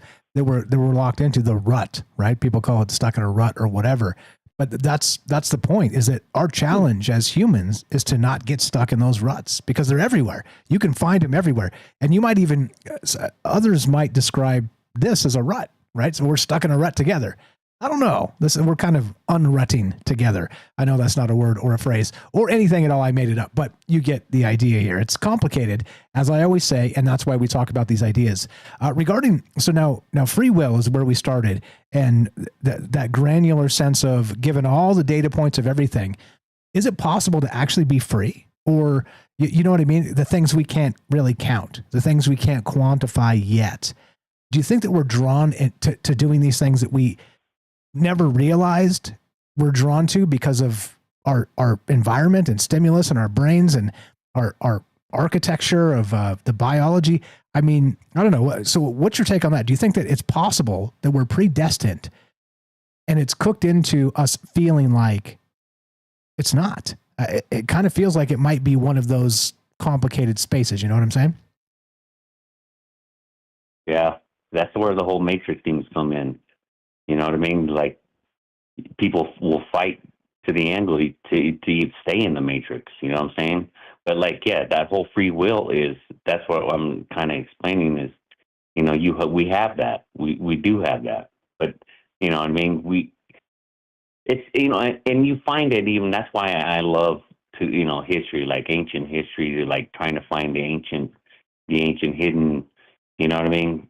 All that ancient knowledge like that, you have examples like that, not only in talk, but like, there's all these people talk about like how powerful you are, right? And like the Gospel of Thomas, for example, right? Those are supposed to be like sayings of Yahweh, right? And his sayings are like, if you can Like there are examples, like, he's saying if you tell the mountain to move, the mountain will move. You know what I mean? If you're looking at a whole mountain and it's just moving, you know what I mean? You can just, that's what I'm talking about. That ancient knowledge like that, you know what I mean? That's where I like to dig at. That's where I find all that stuff. Now, all this new age stuff that they got, and people like listening to AI, trying to, all these algorithms and all these things already been known to have lied anyway. So I don't know why these people, like, they make videos and like they're trying to get like this ancient knowledge and stuff. And some of the stuff that are kicking out is, it sounds pretty good. But I mean, are they really teaching you? They're just telling you, you know what I mean? Whatever they downloaded, you know what I'm saying? But you have to go and search that stuff yourself. Meditation is a very good one too. You know what I mean? For example, like sun gazing, I brought that up. You know what I'm saying? You need to get into the mind. It's on the inside. It's not whatever's outside here. You know what I mean? So a lot of people now, that's what I believe, like all this TV and all this internet and all this stuff, all this other stuff, like shows and movies, that's to keep you entertained, without having to look elsewhere into like what we're supposed to be looking for. The reason why, and that's why I'm talking about, like, that's people like us, is like your show is the light, and we're the moth that's coming to it, because we know we're supposed to go here. It's all like-minded people. We're all we're looking for something that people, like, for example, like the first caller that just called in. You know what I mean? He might not have been looking for it, but the algorithm sent him this way. But once he listened, you know what I mean? Now he's been following. So that's the thing I'm talking about. Like like-minded people like ourselves, we don't know, we might not know, but some of us, but like, I know there was a reason why that that we're here, just kind of like the same and then you're beginning of the show. Yeah, exactly. You're here for a reason. And clearly that's one of the core tenets of what we do. Like, do you believe we are here for a reason? And once again, I think it's complicated, but I mean, the short answer for me is obviously yes, or I wouldn't, pour my heart and soul into this. And that untold hours of toil and trial, kind of honing the craft and getting better at this. And you guys have been a savior for me, because you just can't do it yourself. And so that collaborative aspect and meeting all the amazing friends, of course, you being literally the oldest friend, meaning that you called very, very, very, very early in the show. And then you called back, and we've been friends that long, and we fortunate enough to meet in Vegas, and Michelle, and I'm just, yeah, you guys are my savior. So I'm happy to do my part and be the light, as you call it. Thank you. That's a very nice way to put it. You're welcome, man. And it was all that too, man. We enjoyed all that. We was here since when you were the little green men on Facebook. It's a long time ago. It's a long time. Yeah, it sure was. But anyway, Mike, I just wanted to throw that in. I mean, like I said, I didn't. I could have taken some notes from listening on to the show, but I just want to jump in and give that real quick. Well. For the show tonight, but anyway, man, it's a good one. So I can't wait to sit back and listen to everybody else. Appreciate the call. You were the best. Tell Michelle we said hi. Always a pleasure, brother. And you have a great night. Talk to you soon. All right, man. You as well. Have a good one. Thank you. There you go. I just told you the story. I met Kelly at Little Green Men on Facebook, which is the original stream. Years ago, 7 years ago. It's been a long ass time, and he's been a friend ever since. Calling back and able to entertain all manner of wild ideas. Just about out of time, James. Have you got anything to add? And then we got some calls coming up. I see Eric and Shane as well. Thanks for putting your hands up, guys. James, if you got anything, all yours for a minute. Yeah, just great call from Kelly. I do agree that there's so much of the media that's put out there that is meant to distract us. I do think that we can use the tools that are out there, the technology that's out there. I think technology in its own way can be good. It's just that so often these days it's just not used for good by the people in power and everything. But for the rest of it, I'd find it really amazing and useful. And I wouldn't have met you all without it, because I'm legally blind. I can't drive anywhere. And so this is being part of this community and being able to start my own and having so many people from here listening to my show, again, because of being here. I really appreciate that. So thank you. And yeah, looking forward to the rest of the show. Amen. You were the best. And I didn't tell you, but you should go follow James, by the way, troubledminds.org/friends, or go to salsidoparanormal.com. That's his website, SALSIDO paranormal.com. And go say hi. Go follow James in all the places and check out his books and buy his books and follow his podcast and all the rest. Glad to have you here. Glad to be here with you guys. We're talking destiny tonight, but not just destiny, sort of the architect of probability, meaning our brains. Is it possible we're mapping through some sort of waypoint aspect, a dopamine step path to get us to where we need to be? Be right back. More Troubled Minds coming up. We got Eric and Shane and your calls as well. Don't go anywhere.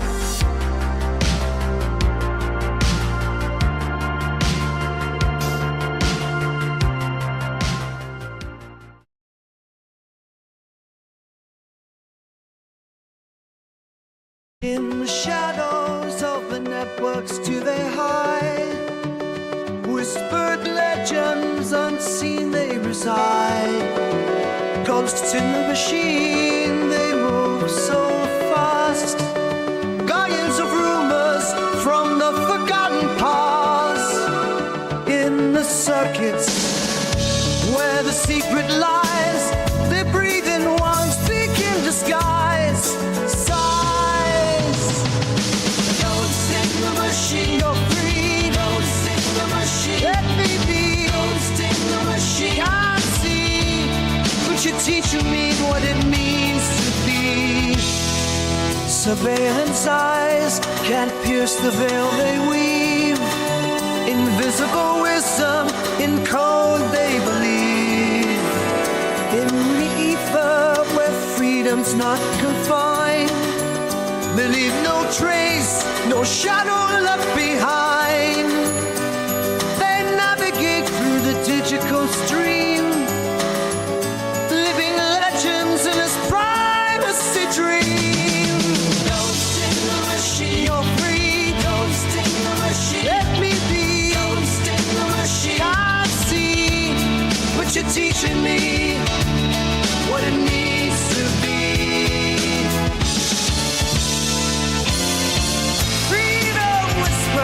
Through the hidden ways, in the silence, looking on their path. Those in the mysteries unleash their wrath.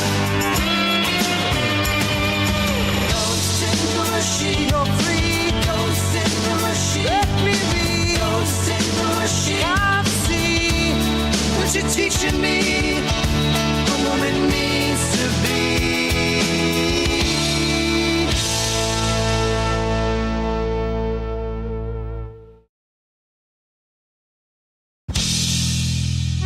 In the jagged cold they find their might, guardians of a world forever in twilight. In Christians warriors they silently strive, protect the truth, keep privacy alive.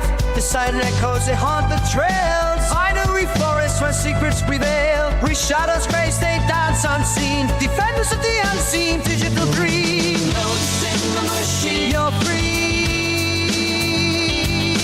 Ghosts in the machine, let me be.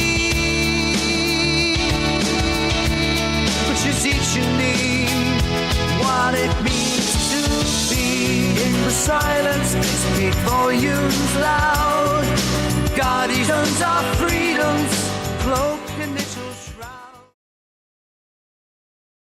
Well, hello. Hope you guys are well tonight. If I missed you, just say hi. I'll say hi back. What's up, Gaston, Ricky, Matt Sal? Who did I miss? Jeff and Wisco.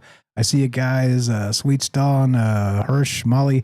Thanks for the great comments and being nice to each other in chat. I appreciate it very much. And thanks for the amazing calls. You guys are the best. What's up, Brent, Stephen England, RC? How you doing over on YouTube? Mr. Mission. Yeah, was it Lisa, right? Waking God's Child. Yeah, Lisa's great. What's going on? Celia is here. If I missed you guys, just say hi. Ari the Cat, how are you? Who did I miss? Hello. Somebody's eating nachos. I see you. Okay, here we go. Trouble Minds happening right now.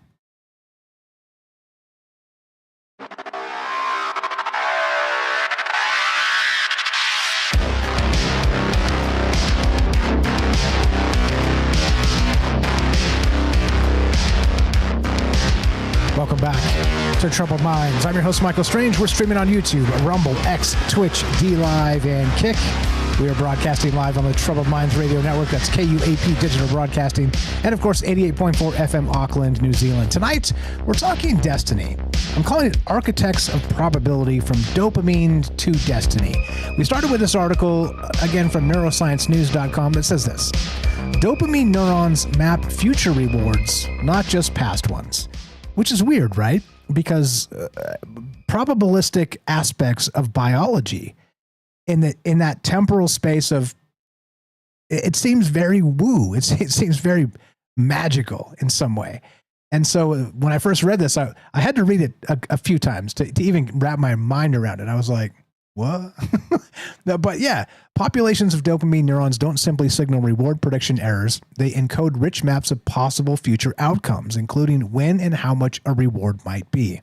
This diverse, adaptable neural code mirrors cutting-edge AI strategies known as distributional reinforcement learning.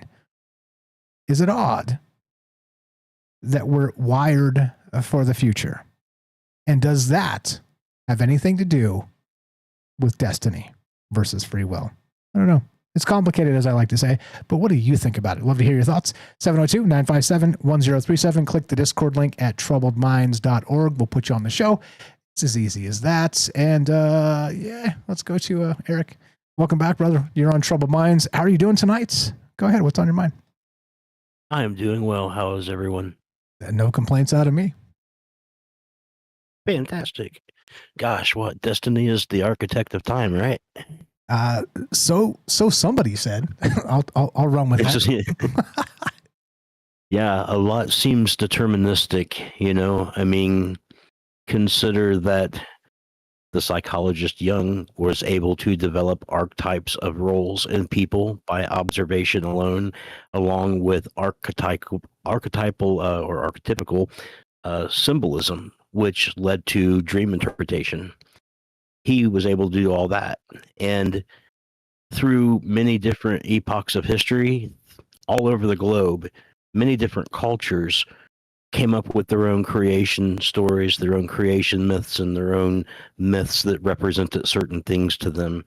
They thought uniquely, but then later on, Joseph Campbell was able to categorize all of these things as being very similar and having certain aspects, and was able to write about the hero's journey. So that seems really deterministic. And when you talk about, you know, dopamine and its cousins serotonin and oxytocin and their roles and what dopamine does, along with endorphins, then you're down on a microscopic chemical level where everything is absolutely deterministic in terms of the functioning of what they do and how they do it. So, I mean, it's still weird, though. It's still, there's things like, you know, like axoplasmatic transport. I don't know if you've ever seen the video of the thing walking down the tube carrying a big giant vesicle behind it. No, it sounds terrifying though. Tell me about it.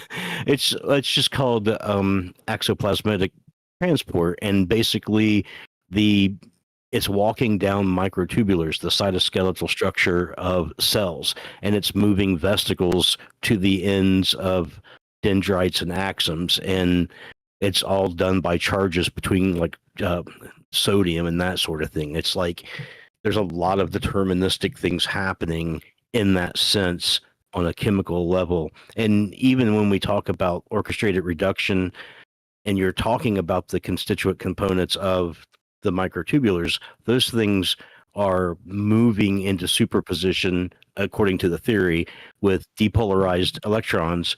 That is, and the reason why is because of the small scale gravitational effects of space-time. So it's like, in that is very deterministic.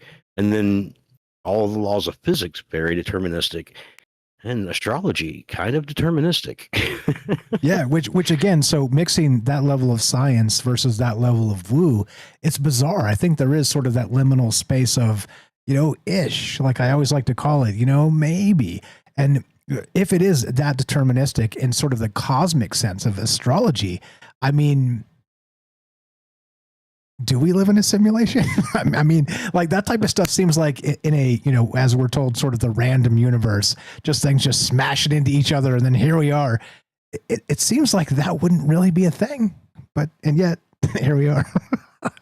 Well, maybe we're miscategorizing what free will is or what it represents. Maybe free will is something that is a lot larger than any individual choice or any individual's actions. Free will might be something that's expressed on a larger scale.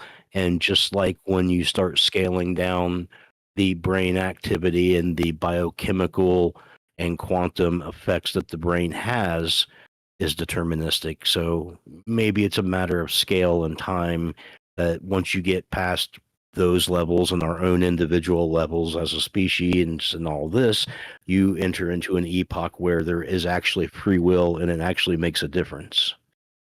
Yeah, that makes sense. Which is again why I talk in Bach tunes sometimes. The Mayans and that long count calendar. I wonder if that unlocks all of this stuff, like all the questions we have. If you have enough data, does it start to answer some of the largest questions? And I think I would give it a good solid maybe. And as usual, that's as far as I'll go, as you know. But how complicated does it get? And I don't know, like regarding the superposition of sort of the probabilistic aspect of this, and the dopamine sort of being set for future rewards, sort of in a like a waypoint aspect. It doesn't seem strange that we're wired for that future, and even if it's random, it's drawing us to particular outcomes. I don't know. It's a strange thing to consider that maybe there's a random aspect to our biology that is drawing us someplace. And once again, back to that, free will versus destiny bit. Imagine if destiny is something as simple as like chaos magic, like random math. And well, congratulations, here's your D&D roll, and get it. That's what I mean. Even chaos-assisted quantum tunneling, which we've talked about in the past, is very deterministic in the sense that it works. And when you're talking about how we're comparing this to AI, right? How dopamine is giving out possible future rewards that are rated on the time that you might get that reward and how much of a reward it is, right? And that's balanced by serotonin, which is the chemical that makes you very cautious about doing things or makes you wait a long term when you want to jump, like think gambling. And endorphins are like the reward that you get that says, hey, man, you got such a great reward for this. You can stick it out a little longer in this high risk situation. So those chemicals are absolutely at play in that dopamine's effect to be able to make those kind of judgments about future rewards. And we don't have a full understanding of exactly why it does that, how that works. But it's the same thing with AI, right? When you start talking about language being transformed into tokens, being transformed into embedments, and then taking that embedment into a multi-dimensional, higher dimensional space. And that's what they call the black box, that they don't really know metaphorically what lies along an axis, right? Like the word flight might have a lot of meaning. It might represent airplanes. It might represent birds. It might represent a feeling that you have when you're in love. There's a lot of associations to that. And somewhere along one of those 277 higher dimensional axis is a metaphorical axis for that word with associations attached to it. And we have no idea how it selects which one to reply back down into language with. Just like we don't really have any idea about the nuances of the interplay between these chemicals in our brain, let alone how deterministic these things are. I definitely personally don't like to think that everything is deterministic, and I like to think that I have free will and that the mistakes that I've made I can own up to as my own choices in life. But when you start looking at the science and the constituent components, it looks eerily deterministic, which is why I say, maybe free will is something that's larger on scale and time than individuals or individual choices or whatever it is we're deciding to do. Maybe we just assume that that's the case because we have the knowledge to assume such, but we don't understand what happens inside ourselves much more than we understand what's going on inside the AIs right now. Yeah, which again, it's one thing to say, oh, you got a disease on this organ or something, right, or whatever. I don't want to invoke anything and give anybody any ideas to cause any organ problems out there. But you get what I mean. It's one thing to diagnose a thing and say, okay, this, but then also we have the entire black box of the human aspect. I mean, like the shadow self and all the Jungian stuff, and then how do you even quantify yourself? And those tests too, by the way, you know those tests I'm talking about, where they ask you the same question over and over again. And like, so me again, I don't take tests as a guy that's like, okay, I'm going to kind of take it at face value. I'm always trying to hack the test and then answer appropriately, accordingly. However, like what the hell do you know what's happening with that? Can you explain that to me? Like if you asked me the same question 50 times, slightly different ways, like at some point I'm going to just start trolling you and just being like, yep, I'm the opposite of myself 10 minutes later. You know what I mean? Like, is there any value in that? I don't get the value in that. It irritates me as the tester. You know what I mean? I don't know. I think the value in that is twofold, depending on how you approach that. If they're asking you a question like, how did you arrive to where you're at or to some sort of success? Was it destiny or was it that you visualized this and made it happen? I think in a lot of sense, companies or places are looking for people who are go-getters and who make things happen and don't just assume that something happens because it's their luck or their destiny. And I think on the other hand, too, they're trying to validate if you do actually believe that or not. Like if you start becoming contrary to the actual test and you're just answering opposite things each time just so that there's a balance out, then that shows a lack of actual conviction in either that you believe that destiny drove you to a point or that you drove yourself to that point. So there's a couple of things you can extract from that, but it would just be a lot simpler to actually interview somebody in person, I think, than asking a battery of questions that are meant to, because people react so differently, to these things. It's, you can't really value anything someone says because I'm going to be answering, oh yeah, man, I was totally driven to do this. It was my vision, regardless of what I think, because that's what I think they want to hear. And you're going to be like, oh, this sucks. And I'm going to answer random stuff and they will never know my true self. And they'll be like, who is this guy? Yeah. Well, that's exactly it. So I probably end up like looking like a, meme term schizo, like an ADD schizo when I take these tests. Cause I'm just like, okay, you asked me this already and I said this, so I'm now going to tell you the opposite. What do you think about that? It's probably why they never call me back afterward. They probably sending the straitjacket team in the paddy wagon to come get me or whatever. But I mean, he already hates us. Yeah, exactly. Exactly. This guy's already hacked the thing and hates us.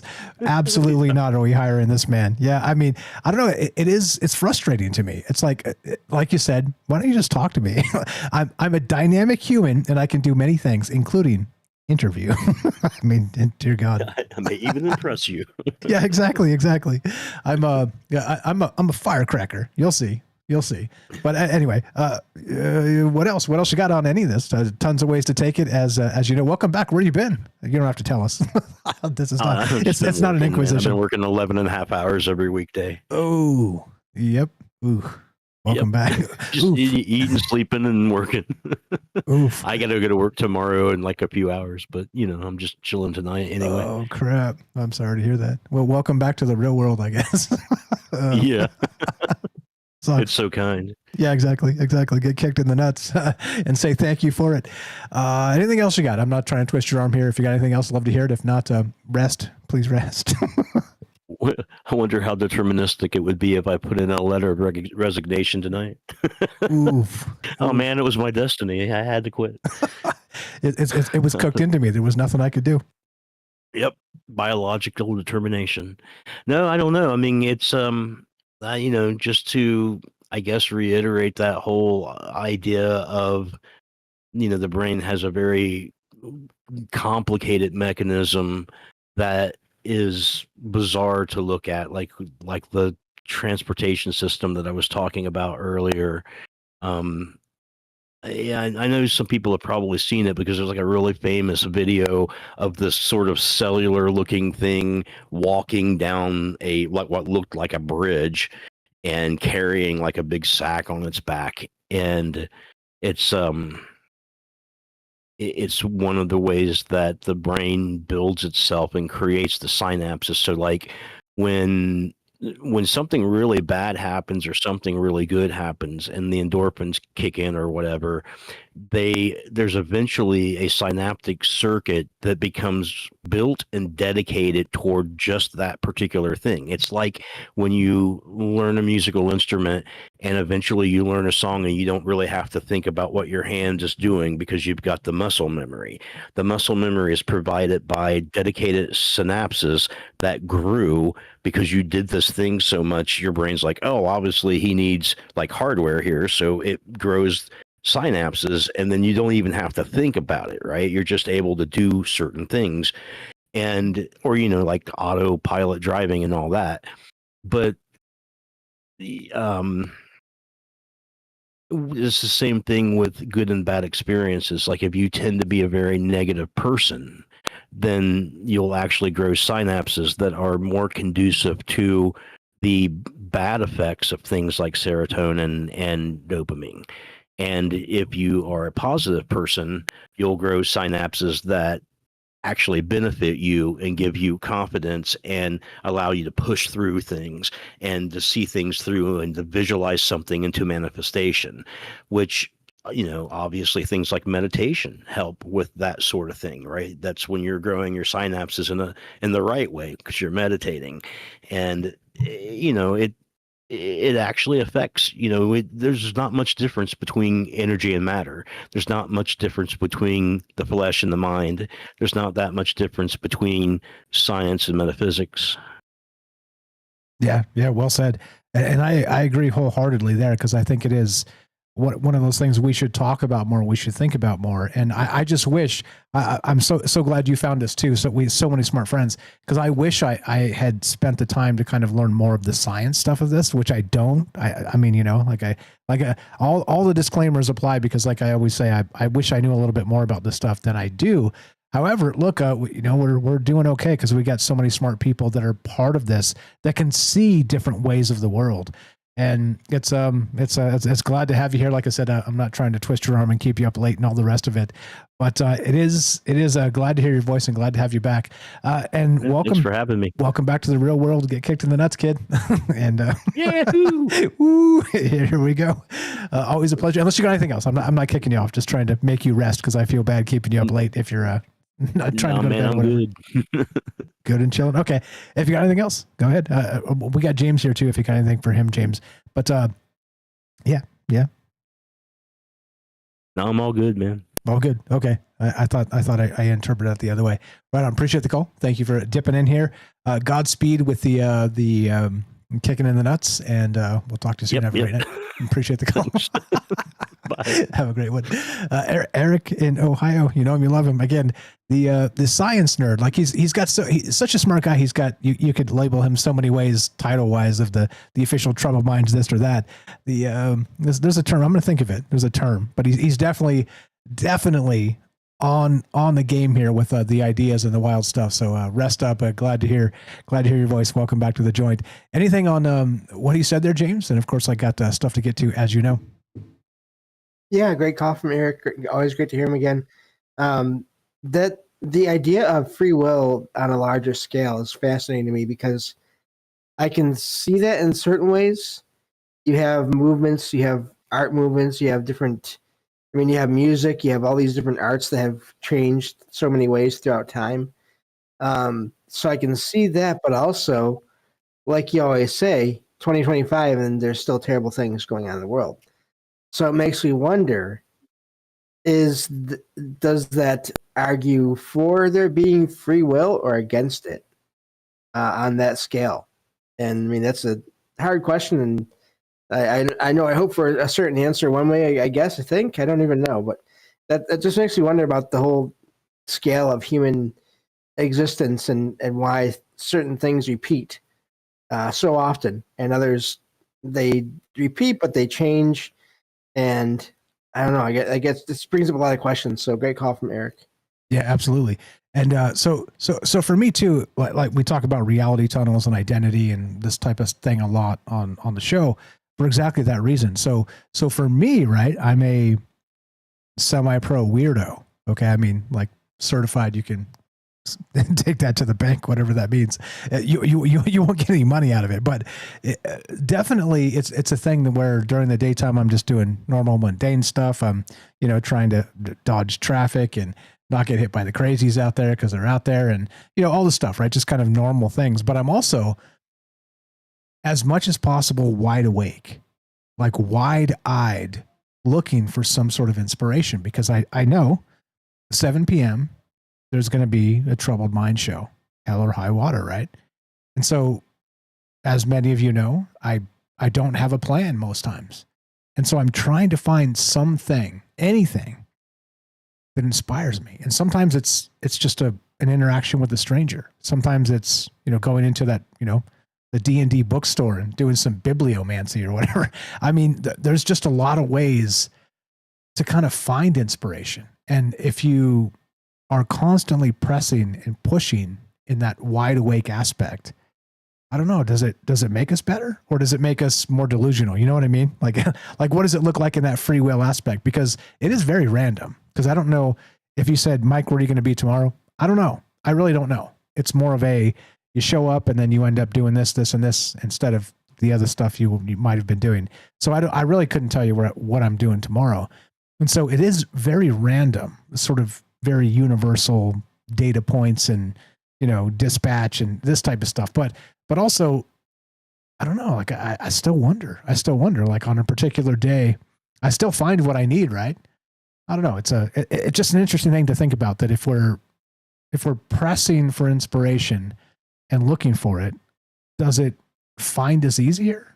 I know we've talked about that in the past, but I don't know. It's definitely a dopamine hit when it comes, because I'll tell you what, when you're doing this and kind of trying to conceptualize something for the long form here, it's when an idea hits, it's like, yes, I got it. I got the idea. I got not just the idea, multiple angles, and I mostly understand it and can riff on it. And I was talking to my brother recently. He was here. Shout out, brother. But talking about Troubled Minds a little bit, and I said exactly that. Like, if you can't riff on it a little bit, you probably shouldn't be doing it. I mean, and I walk that line a lot. But anyway, so I don't know. Do you think that's part of it? Sort of our aspect, me going through all that ramble, is that dopamine is out there. It's waiting to be found. We're sort of like miners delving those waypoints. I don't know. Do you think we can manipulate it somehow if we pay attention to it? I don't know. Go ahead. I'm sorry. Yeah. This reminds me of kind of a funny story.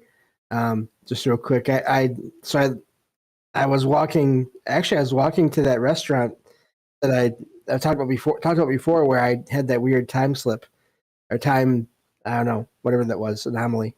And I always walk down the same route to get there.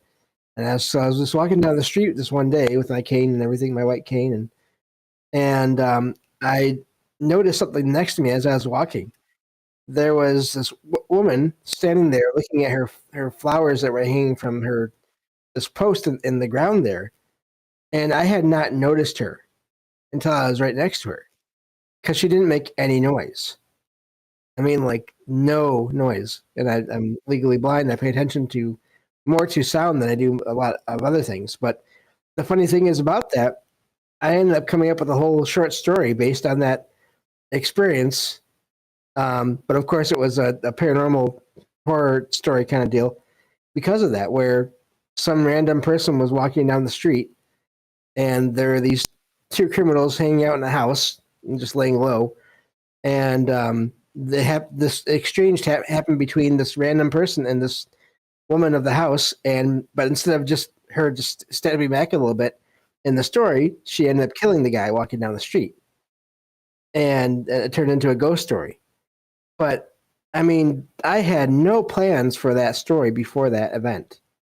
Absolutely none. It all came from this weird, just random encounter that didn't really amount to anything, except in my brain for whatever reason. And it's just really wild how that works. So yeah, I get it. you know, it's inspiration is really wild when it comes and how it comes sometimes. Yeah, I'm wondering about the ninja. Do you encounter many ninjas, James, that don't make sounds? That'd be terrifying. You're like, whoa, where did you come from? That was the thing, and it was like she was standing still and also not making like I don't even know what was going on. But yeah, so that's why it was so weird. I jumped when it happened because it was like, whoa, there's someone standing right next to me, not looking at me either. So it was creepy. I get that often too because I move kind of silently, not intentionally, not like I'm some gritty, yeah, exactly, like some gritty assassin. But you know how some people move and they're just like snorting and breathing and like clunking things. It's not me. I'm more ninja-esque. Anyway, more Troubled Minds coming up. Love to hear your thoughts. What about destiny? What about free will? What about inspiration? Be right back. More on the way. We got caller on the line. Not sure who it is, and your calls as well. More on the way. Be right back.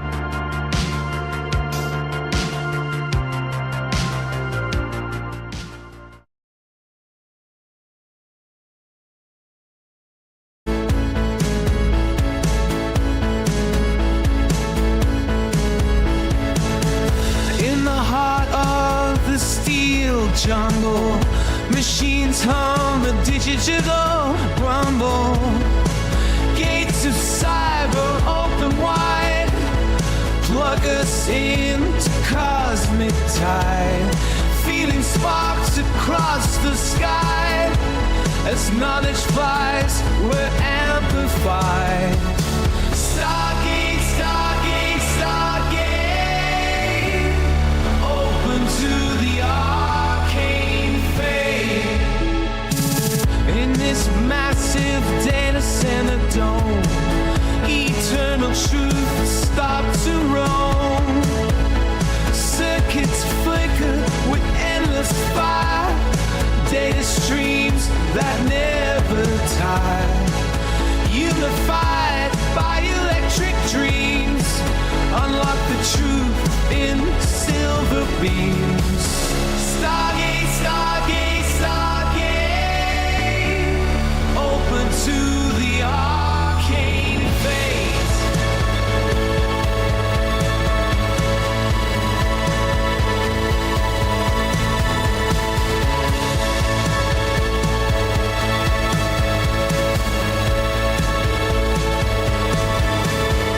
Synthesize what we seek and find. Infinite paths in the network mind.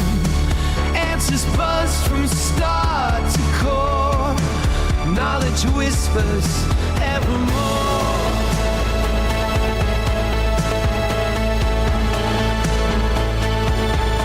Stargate, Stargate, Stargate. Open to the arcane fate.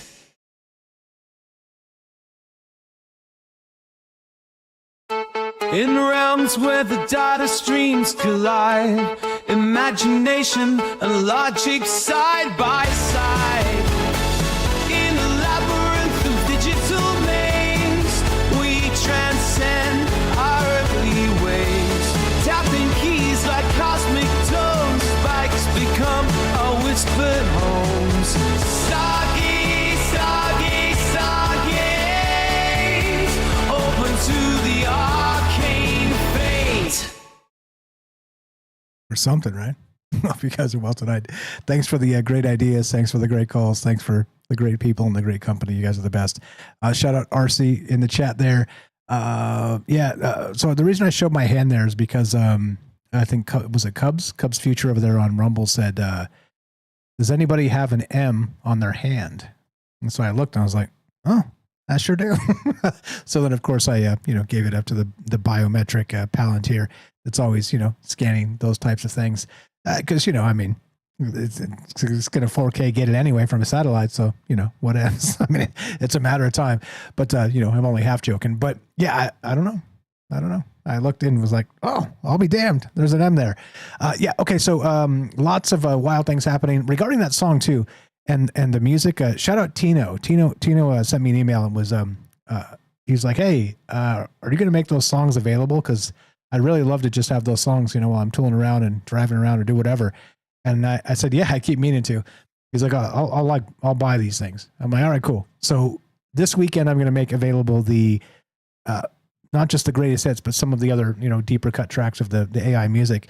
And it's for a reason. So I will sell them, but I need a new computer. So let's collaborate. I'll announce it on the show too when I get it all set up. But we'll sell CDs and then we'll sell the digital files as well. So that's coming. If you guys want those songs, thank you again for being interested. And yeah, so it's coming. All that stuff is coming this weekend. I'll get it set up. I've been looking into how to do it, make it happen, and all the rest. So for the requests I've had, it's been multiple requests of people wanting the music. So I will make that available coming soon. So help me buy a new computer, because if you've noticed, when it's watch the stream, when it changes scenes, everything's chugging. My Windows 10 is dying because it should be Windows 11. Anyway, here we go. Troubled Minds happening now. Here we go.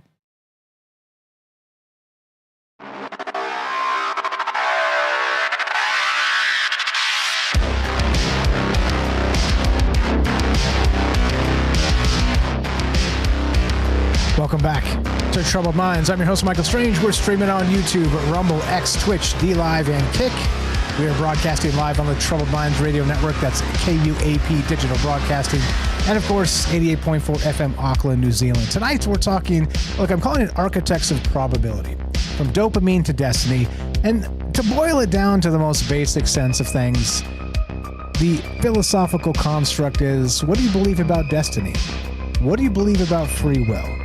What do you believe about our actual biological architecture and how we seem to be in some superposition aspect with our brain in some weird ways? And we started with this article right here.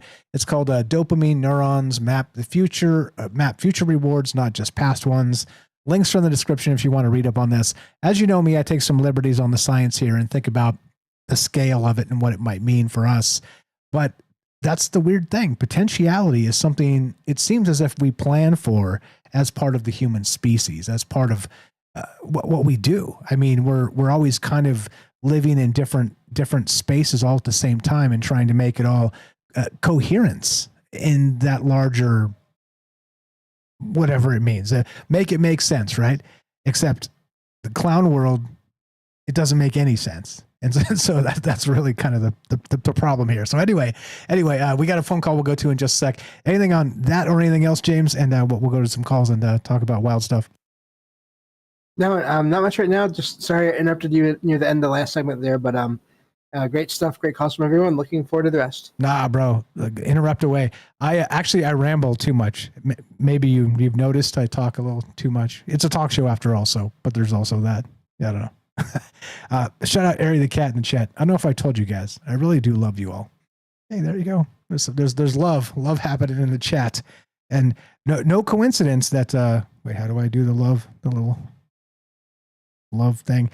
Anyway, that I told it to dopamine neurons map future rewards, and the AI made me a love song. Maybe we got some synchronicities happening in real time. Love to hear your thoughts on this. 702-957-1037. Click the Discord link at troubledminds.org. We'll put you on the show. Easy as that. I'm not sure who this is. I have an idea. Is it MJ in Virginia? You're on Troubled Minds. What's up, brother? How are you? Go right ahead.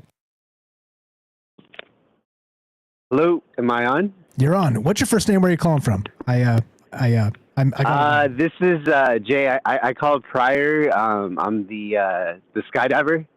Oh, Jay in Arizona. Welcome back. How you doing? My bad. I called you somebody you're not. Jay in Arizona, the skydiver. You're on Troubled Minds. Welcome to the joint. How you feeling? Go right ahead. I just wanted to say, man, just reaching out. It's hard to keep up with all the knowledge, the wisdom that you emulate, and then of course broadcast online, I guess, or however you want to say it, streaming. And I just wanted to say, man, hopefully I'm the first one to request. Someday, if you ever have a product, like remember back in the day they used to make CDs and stuff like that. If you ever do one of those archives of like the greatest years of kind of like, Art Bell did or Coast to Coast, I just want an autograph copy from you because I'm like, it's cool to see somebody per se, kind of like nature, like when a seed gets planted, but over time, the time lapse of it, it's just interesting to see the growth. And again, thanks for inspiring us. I just kind of want to reach out and say that a little bit. It's kind of different than like the normal talk, I guess, on air, but just wanted to compliment you. Thank you. I appreciate that. And glad to have you as part of this. And yeah, eventually, like, it's just a matter of time. Some of that stuff, like I said, people have been requesting the AI music for a long time. I'll make that available, like I just announced during the break, and I'll do up a whole thing and show you guys where to get and all the stuff. But it's humbling to even think, and not humiliating was the word, if you guys weren't listening last time, humbling to think that, again, sort of the spark of an idea has become this. And I'm so appreciative of all you guys being here, listening, caring, and talking, and again, having the gonads to call me. There's so many folks out there that just, it's intimidating. And so thank you for kind of breaking through that barrier and not caring anyway, just calling in and saying, you know what, I'm going to call anyway. And I'm going to talk about this stuff, even if it seems a little bit off the beaten path. It's important. And that's why I'm here. What do you got on, you're not off the hook just yet. Thank you for the compliment.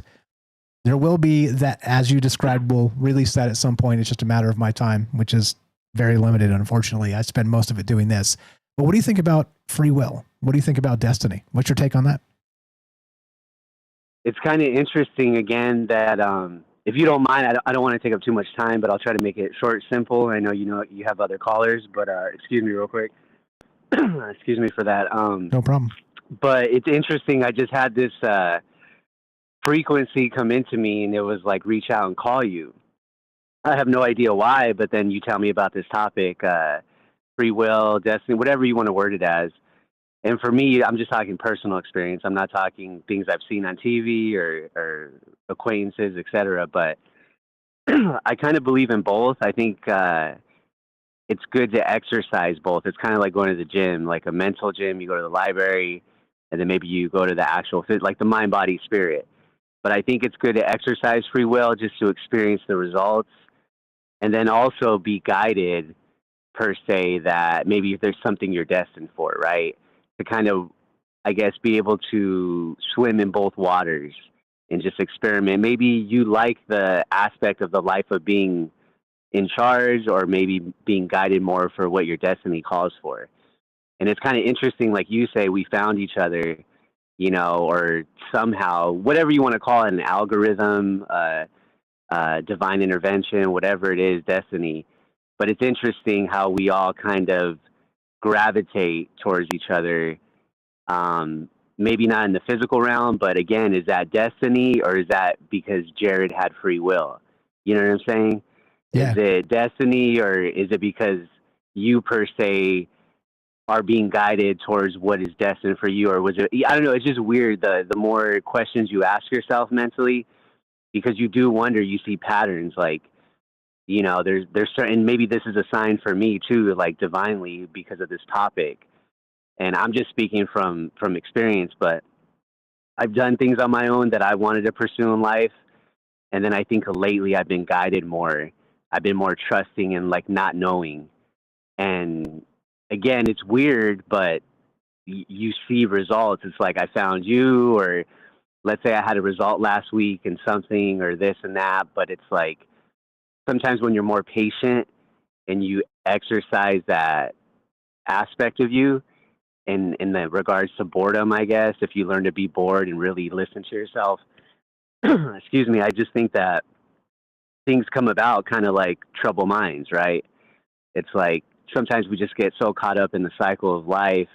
It's like a ritual, you get caught up, everything's fast paced, and, traffic, this, that, it's just nonstop. But the point is that maybe you had some downtime, and then you gravitated toward what your thoughts guided you towards, or whatever it is, your, whatever you want to call it, angel, whatever you speak of or believe in. But maybe that higher self of you is, I don't know, it's just interesting. It's an interesting topic. There's no really wrong or right answer. It's just personal experience or belief.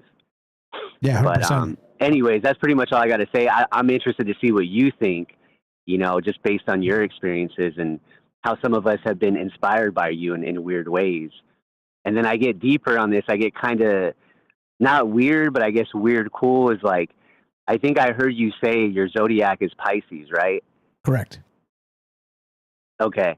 So again, I've been like studying just things outside of America, but like in different languages and the context and the meanings. But, you have the 12 zodiacs, and the point is Pisces is like Jesus Christo. It's like Jesus Christ, right? And in a funny way, if you look at it, you inspire me, you inspire the last caller, people listening, gravitating towards you. And maybe like metaphorically, you're like the fish of this generation, basically, like not necessarily, I'm not trying to say you're Jesus Christ, but you get what I'm trying to say. Yeah. And like, we're your disciples. You're like, how did you find me? I'm like, I don't know. I think it's an algorithm, but it's weird, right? It's like, and you see, we're all gravitating towards you because you have the cojones, you have the balls to go forth and plant and grow these things where we're still doubtful, we're still hesitant in certain things. It's kind of like the movie that inspired me when I was younger was Point Break with the original Keanu Reeves and Patrick Swayze. And he said it best, about hesitation. He's like, in nature, once they sense that, they pounce on you. It's fear. And it's like, you don't hesitate. That's what I admire about you. You don't second guess yourself. And anyways, the point is you embody a lot of those qualities of, like, let's say, individual guiding 12 people, right? And I'm not saying we're just 12, but maybe it's like the masses. It's interesting. But anyways, the point is I just have weird theories. Like I said, I'm not saying I'm right.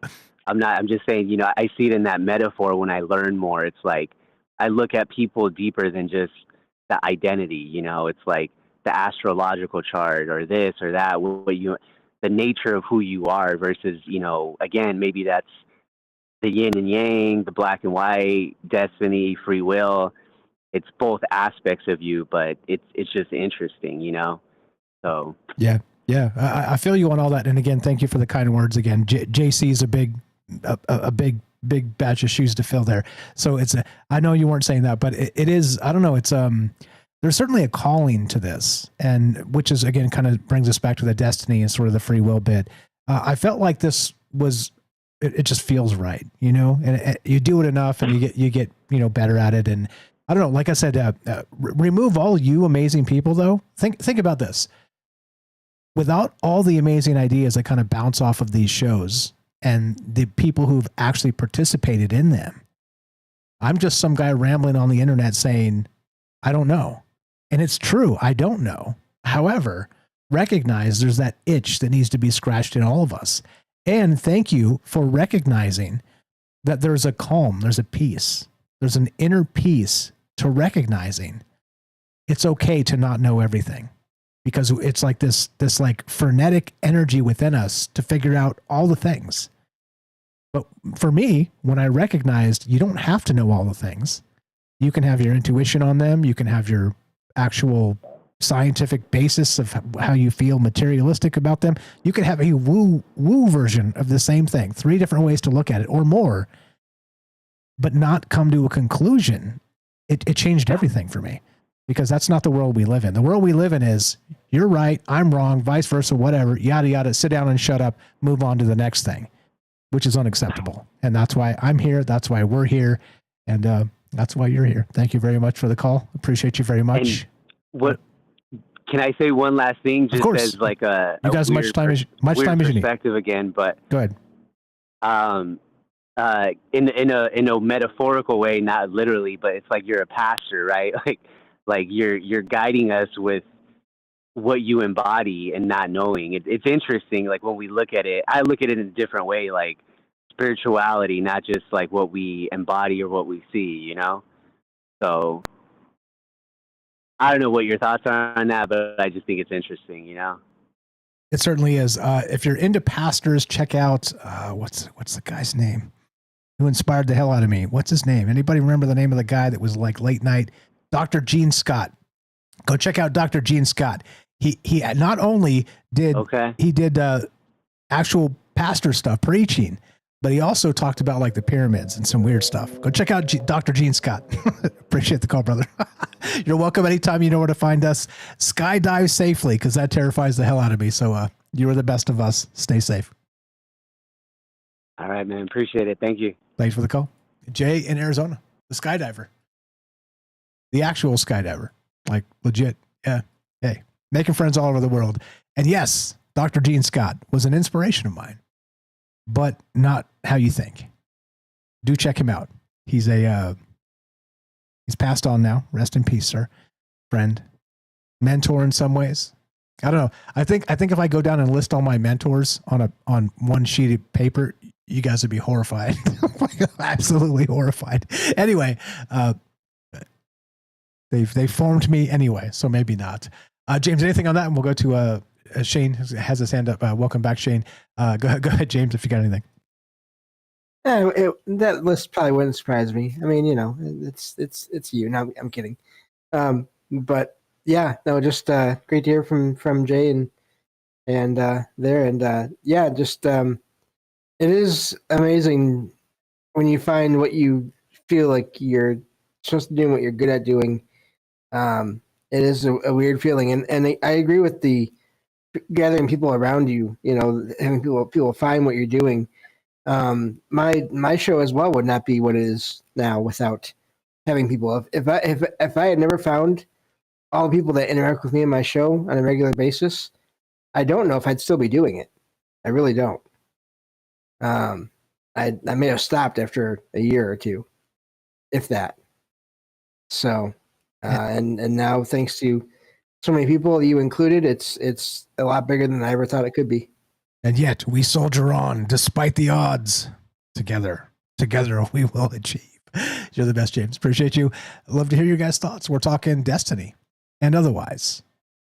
What do you think? 702-957-1037. Click the Discord link at troubledminds.org. Let's go to the blind psychonaut, Shane. What's up, brother? Hey, I made you a mod on Discord, so I know you got some vision issues, obviously. So just jump into on the stage now. You don't have to like put the hand up, that whole dance. Just jump in and mute yourself when you get in, and then we don't have to go through this, make it harder on you. So just to let you know, for the future, we've streamlined it. Welcome to the joint. Shane, how you doing? Go right ahead, sir. I'm good. Unfortunately, I didn't really hear what you were saying because I was scrolling through my screen reader and it was talking over you. So I have no clue what you just said. Perfect. Let me Apologies. No, you're good. Let me repeat that because this is important. It's exactly for what you just described. I know you're having issues with the Discord because of obviously your limited vision. So what I said is I made you a mod on Discord. So when you're calling in, just jump straight onto the stage and then mute yourself. So you don't have to go through, 10 different hoops to kind of do this stuff. So just so you know, you can jump right on, mute up, and then, I'll put you in line when, just so you know. Okay. Welcome to the joint. How you doing? Go right ahead. Welcome to Troubled Minds, sir. Cool. I heard you that time. So I'll try to figure out how to do that. But thanks for doing that. And yeah, a very interesting topic tonight and good calls. Where to go? Really, it's free will.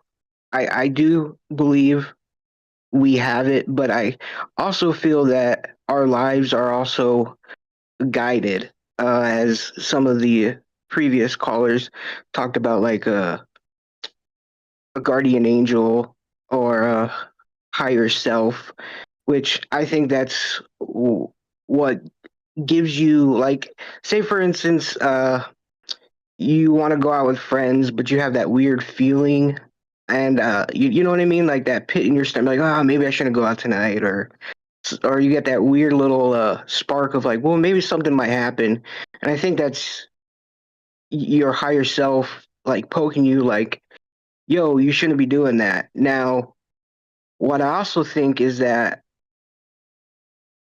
we are here to learn, like, I don't know, I guess you can call it like we're in school, if you will, if that makes sense. Like, we're here to learn lessons, and that before we are in our flesh body, that maybe we have already pre-planned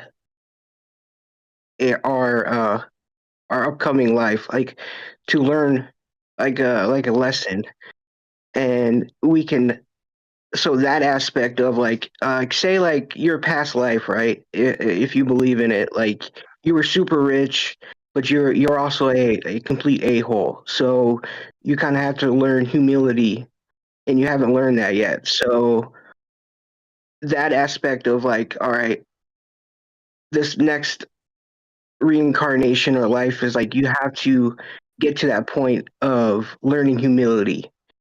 But your free will is you get to choose once you're in you're down there on earth. You get to choose your pathway to get to that humility. And if you're on the right track, that's like man, I kind of lost my train of thought on that, but I don't know if that makes any sense. Yeah, you're in the right spot. You're making a ton of sense.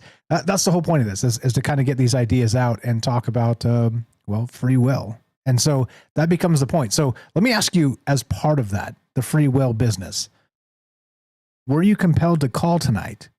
Was it always in the cards and we knew you were going to, and you knew you were going to?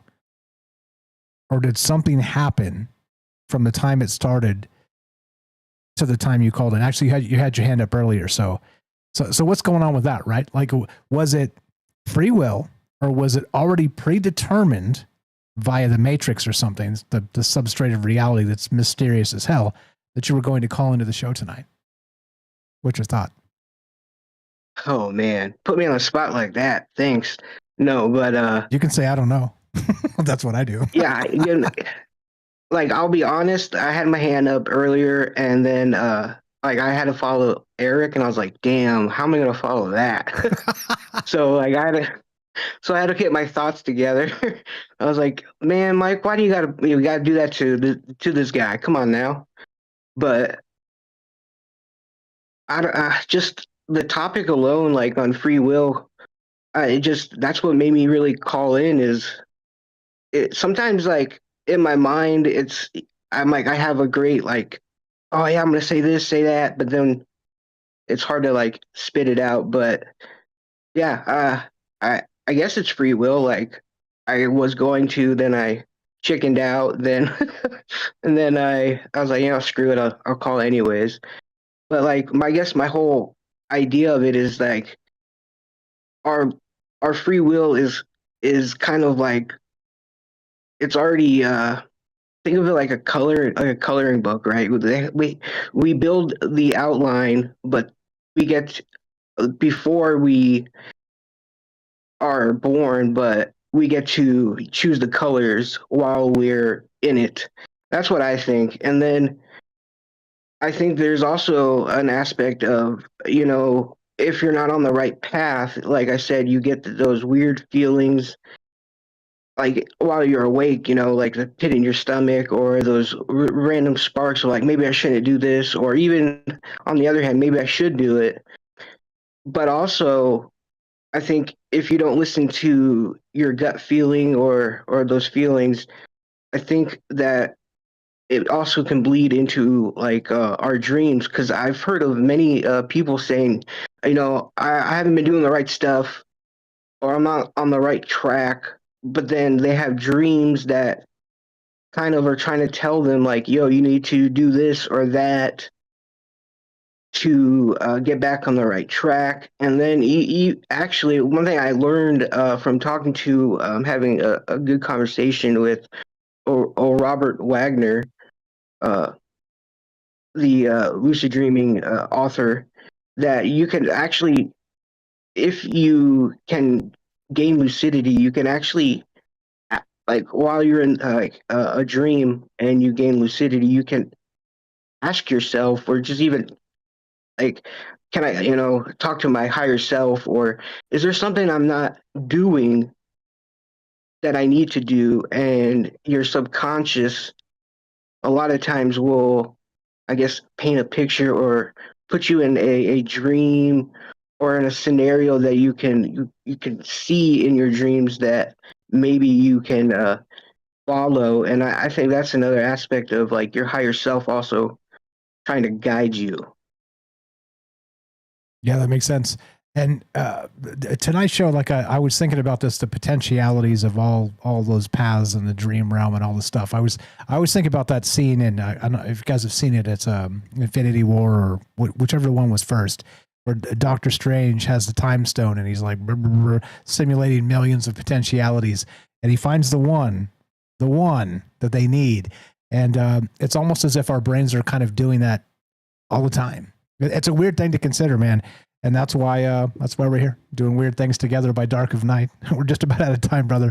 You got a final thought? Not really. If you find the time stone, let me know because I'm interested. You're the best, brother. Thanks for popping in. All right, thanks. And I'll try to figure out the whole thing you said about the call in at the beginning of the call. So yeah, perfect. It'll be easier. Just jump right in and mute, and then we can simplify the thing for you. You're the best, brother. Appreciate you very much. That's Shane, the Blind Psychonaut. You know where to find him, troubledminds.org/friends. Please follow Shane. I'll show you how to do that when we get back. More Troubled Minds coming up. We got Michael W., we got APOC, and your calls as well. Don't go anywhere.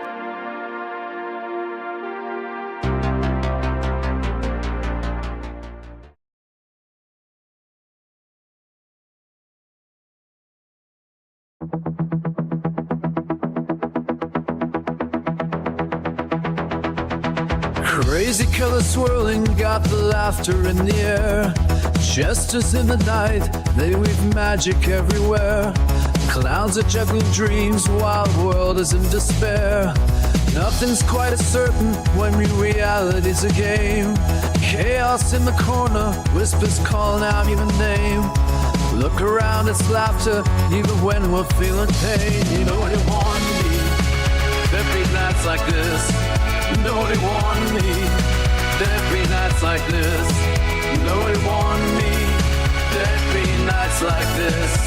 Strange nights I insist, strange nights I insist. Dancing shadows flicker under neon all aglow, while the stage is set for tales that nobody will know. Echoes of the laughter as the lost ones see the show.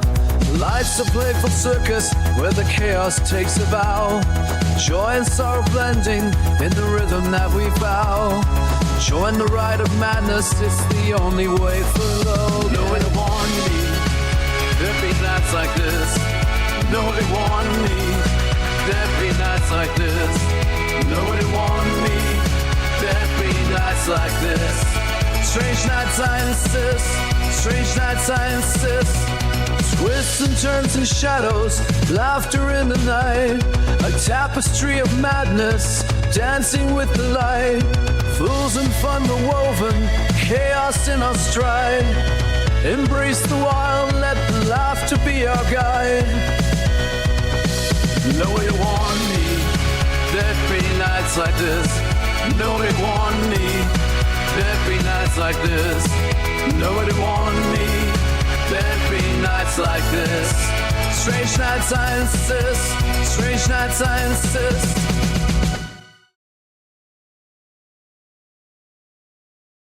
Falling in the rhythms, beats that pound and thrum. A flashing carnival where the misfits come undone.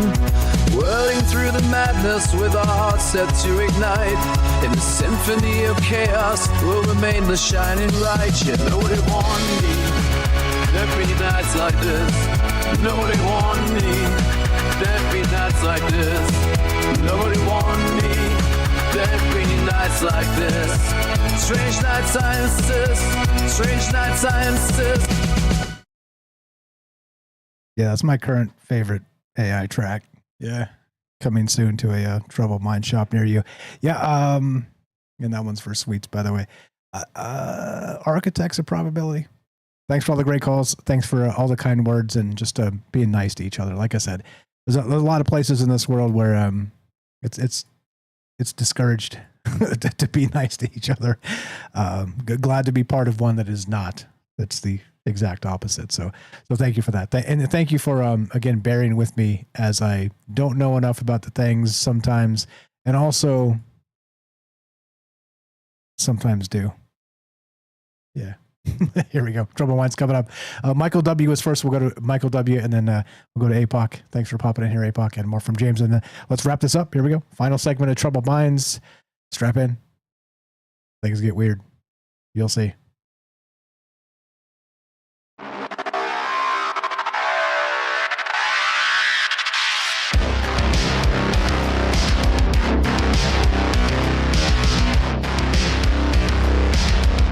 Welcome back to Troubled Minds. I'm your host, Michael Strange. Yada, yada, blah, blah, blah, all the things. You already know. If you're still here late into the third hour, I don't even need to tell you. You've heard it many times already. Tonight, we're talking destiny. We're talking free will. We're talking the conundrum of the two and how they come together or do not, and what it means to you. I'm a poet, and I don't even know it. Yes, no, I don't rap. But the deal is this, right? I think cooked into our architecture, our biological architecture, is an interesting concept. And it's really where we started tonight. This dopamine neurons map the future, rewards, not just the past ones, which again kind of flies in the face of timelines, like causality. So I don't know. It's almost as if we're living in a biological space of superposition in many ways, which we've talked about quite a lot on the show in terms of, generating or manifesting reality. So I don't know. How do you feel regarding destiny? How do you feel regarding free will? And what about this other stuff? Is our body priming us for a future that may be the best for us or may not be, by the way, because of course the dopamine stuff and all that goes in bad ways too and chases you down trails you shouldn't follow. So I don't know. What do you believe? And that really is one of the core concepts of Troubled Minds. What do you believe? And also, not because I ask you that, I want you to ask yourself that. It's important. Right? At least I think it is. Little old me. 702-957-1037. Click the Discord link at troubledminds.org. Michael W., the official beekeeper of Troubled Minds. What's up, my man? How you doing tonight? Go right ahead. I'm doing good. How are you? No complaints. Glad to be here with so many smart, amazing friends. Good. We're talking about free will, right? We're talking about destiny and free will and autonomy. Or are we talking at, sorry, I missed the first half of the show, but are we talking about the difference between free will and being one end of the spectrum and the other end being predestiny, like everything is predestined and we think we have autonomy, but we're really just going through the motions that have already been set in motion by the great clockworker. Exactly. Or whatever. Am I picking this up? Yeah, exactly. And which is where it leads. And so is it cooked into our biology, basically? Because we started with this weird article talking about how our dopamine neurons map future rewards, not just the past ones. So as if they kind of know. And so think of it this way, just a real quick primer, like the 15-second primer. If our actual dopamine neurons map future rewards, are those the synchronicity engines and the waypoints we follow to get where we need to be, or vice versa? There you go. Go ahead, sir. Yeah, I think it's all true. Okay, and it depends on your perspective. I mean, from your perspective, yes, they can both be true. I have seen some weird shit in my life, some weird things in my life, and I've been pretty open about how I was raised in a pretty hyper religious household as a child, and I spent the first half of my total life so far in that environment. The like Assemblies of God Christianity in America, where we all believed in miracles and we all believed in the Holy Spirit and all this stuff, and it's a chaotic environment. It's chaotic and it's toxic and for some people it's wonderful, but it's, to say the least, chaotic, and it kind of deals with free will in certain ways. Like, you have the choice to be a sinner. That's kind of one of the things that I kind of eventually decided seemed like brainwashing to me, was like even as a young child, I was told if I did something that was undesirable to my mother, she would say, "You call yourself a Christian and you behave this way." And from a very young age, those kinds of things were drilled into me. Then I went through my teenage years and became an adult and got married, still functioning on those same beliefs. I actually married somebody according to those beliefs, not because I was, I mean, I loved the person, but mostly it was like, oh, this is a Christian person, so I need to marry a Christian and they're right here, so I'm going to do that. It must be what I'm destined to do. That's what I thought when I was getting married. I thought, oh my goodness, look, there's a Christian right next to me. They grew up right next to me. God must have put them here, and I'm destined to marry this person. And that worked for a couple of years. Eventually I got divorced and stuff, and I consider myself a pagan now. And when it comes to this stuff, do we have free will? Yes, I think we do, to an extent. But I also think we are not just these human beings here in these flesh bodies. God, we're existing here. But I think we also exist in other dimensions. And at this point in my life, I'm starting to think that we came here from other places. Like, I was born March 11th, 1982. But I don't think that was the beginning of whoever I am. That was the beginning of Michael White on planet Earth, March 11th, 1982. But I think whatever it is that you call a soul or whatever that is, I think I came here from somewhere else. And I wasn't sure about that until I used psychedelics in my adult life. And it was a very long process of searching for things, and in no way do I condone using psychedelics or anything like that. It was a very personal, spiritual thing for me. All the disclaimers. Don't do drugs, kids. All the disclaimers apply. Right. Yeah. It involved a lot of research on my part, but eventually I saw something. I found myself in this place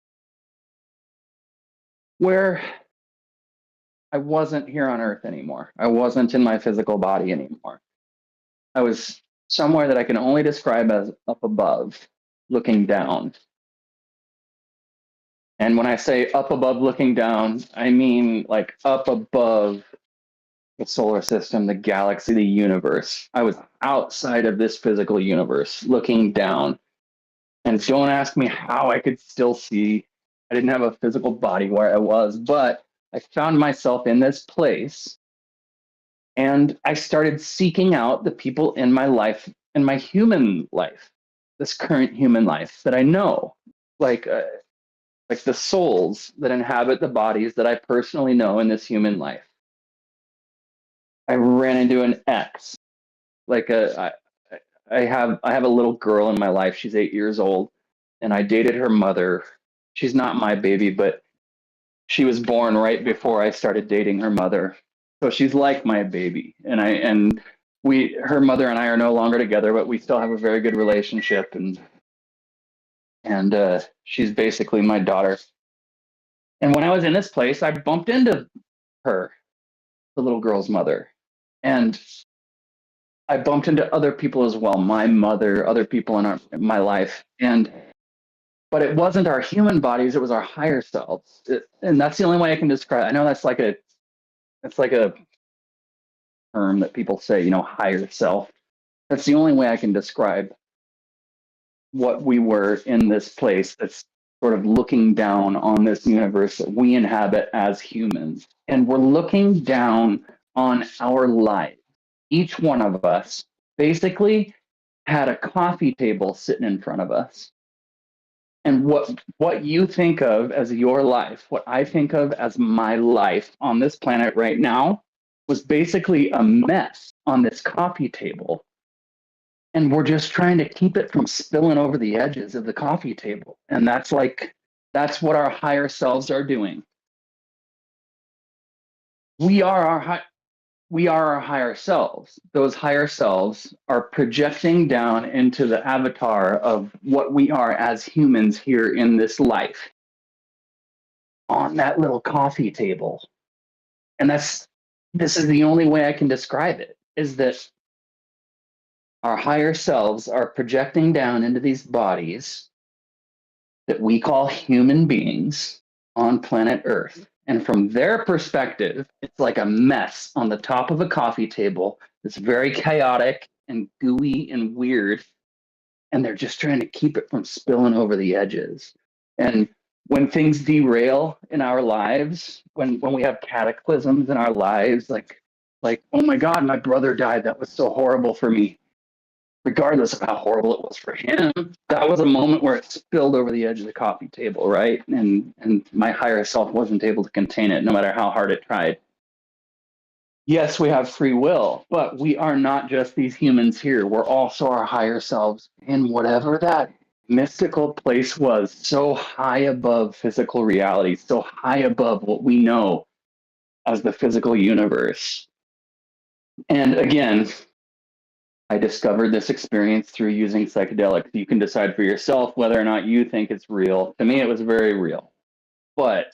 And I don't know if any of this makes sense, but that's how I view free will and autonomy. I came here, I'm inhabiting this body, I'm doing the best I can, and I'm influenced by my higher self in that other place, wherever it is. It's just trying to keep the mess from spilling over that little table. Well said. All of that. Yeah, I feel you. It's again, the merging of the seen and the unseen is really kind of the basis for this. And it's an old concept. This goes back thousands and thousands of years. The ancient Egyptians were talking about this, Amun Ra. We did a whole show on this, the Serpentor show. It's it's beautiful. And I think that's the thing, right? So I hate labels, but to label myself, I'm an agnostic, and not an agnostic there are cynical agnostics. You know, I'm a sort of an agnostic of wonderment, of like there's so many possibilities of who we are and why we're here and all that stuff. And it's not a new idea. This is not, we're not chopping novel thoughts here with that type of stuff. It's literally been the question of humanity forever, since humans were humans. And so I don't know, it's all this makes a lot of sense to me. And what does that go for? You know what I mean? Like chalk one down in the sand for Michael Strange says, yeah, maybe one of these. It doesn't mean anything really to sort of anybody else besides myself or besides you, or besides the people that are, participating in this and spend their time and energy here. I don't know. It's weird. It's a weird thing, right? To kind of decouple it and then bring it back and then look at it and then, look at yourself and then, I don't know. It's the process, man. It's the process. I'm with you. And I get the metaphor spilling over the table is, we're always trying to avert disaster, and it's become a primary function. And it seems sad because the primary function should be, finding joy and abundance, finding inspiration, finding all the things we're always talking about. It's once again, the human conundrum. And that's why we do it. That's why we do it, brother. Appreciate you very much. We got APOC on the line behind you. So what you got? What else? Wrap it up succinctly if you can. And appreciate the call. You're the best as always. Yeah, let me try to wrap it up. That's pretty much it. We do have autonomy here. We're humans. We have free will. We're thinking about what we're doing. We're making decisions. Also, there was a plan. I was sent here by that higher self who knew that I was going to be born to Donna and Janelle Weiss, and I was going to have a brother named Jonathan, and I was going to have a sister named Amanda, and I was going to make all these mistakes and fumble my way through being human, and they were going to learn from it from that perspective, and I'm going to learn from it here, and then after I die, we're going to merge and hopefully something wonderful will come of that. And from that perspective, the horrible things that happen to us down here as humans that are absolutely horrifying from our perspective, genocide and terrible things that happen on this planet are terrible to us. From up there, it doesn't seem so bad. It just seems like a puppy bumbling around. I know that that's crazy to say that, but that's how these different perspectives function. And I don't know. I don't know if any of that made sense, but that's kind of how I view free will and stuff like that. I think that's it. It makes sense to me. But we're brothers from another mother, so glad to have you. Appreciate the call. Thanks for staying up late with us. Thanks for being the official beekeeper of Troubled Minds and keeping the dream alive of whatever that means for us and whatever comes next. You're the best, brother. Thank you. I love you guys. Have a good night. Appreciate the call. And back at you. And that's Michael W. on Discord. Perfect time to plug the Discord. If you haven't joined the Discord yet, it's a chat client. It's a voice client. It's completely free. Come meet a lot of the amazing people that are active on this show. They use the Discord. Troubledminds.org. Click the Discord link. Come say hi. And be nice. Look, we have like a very basic set of rules. Just be nice. Recognize you might be wrong too. And let's talk about it. That's that. You want to be part of the conversation? We're just about to wrap it, but 702-957-1037 is the number to call. If we're taking calls, we're going to end them right now with APOC, an old friend.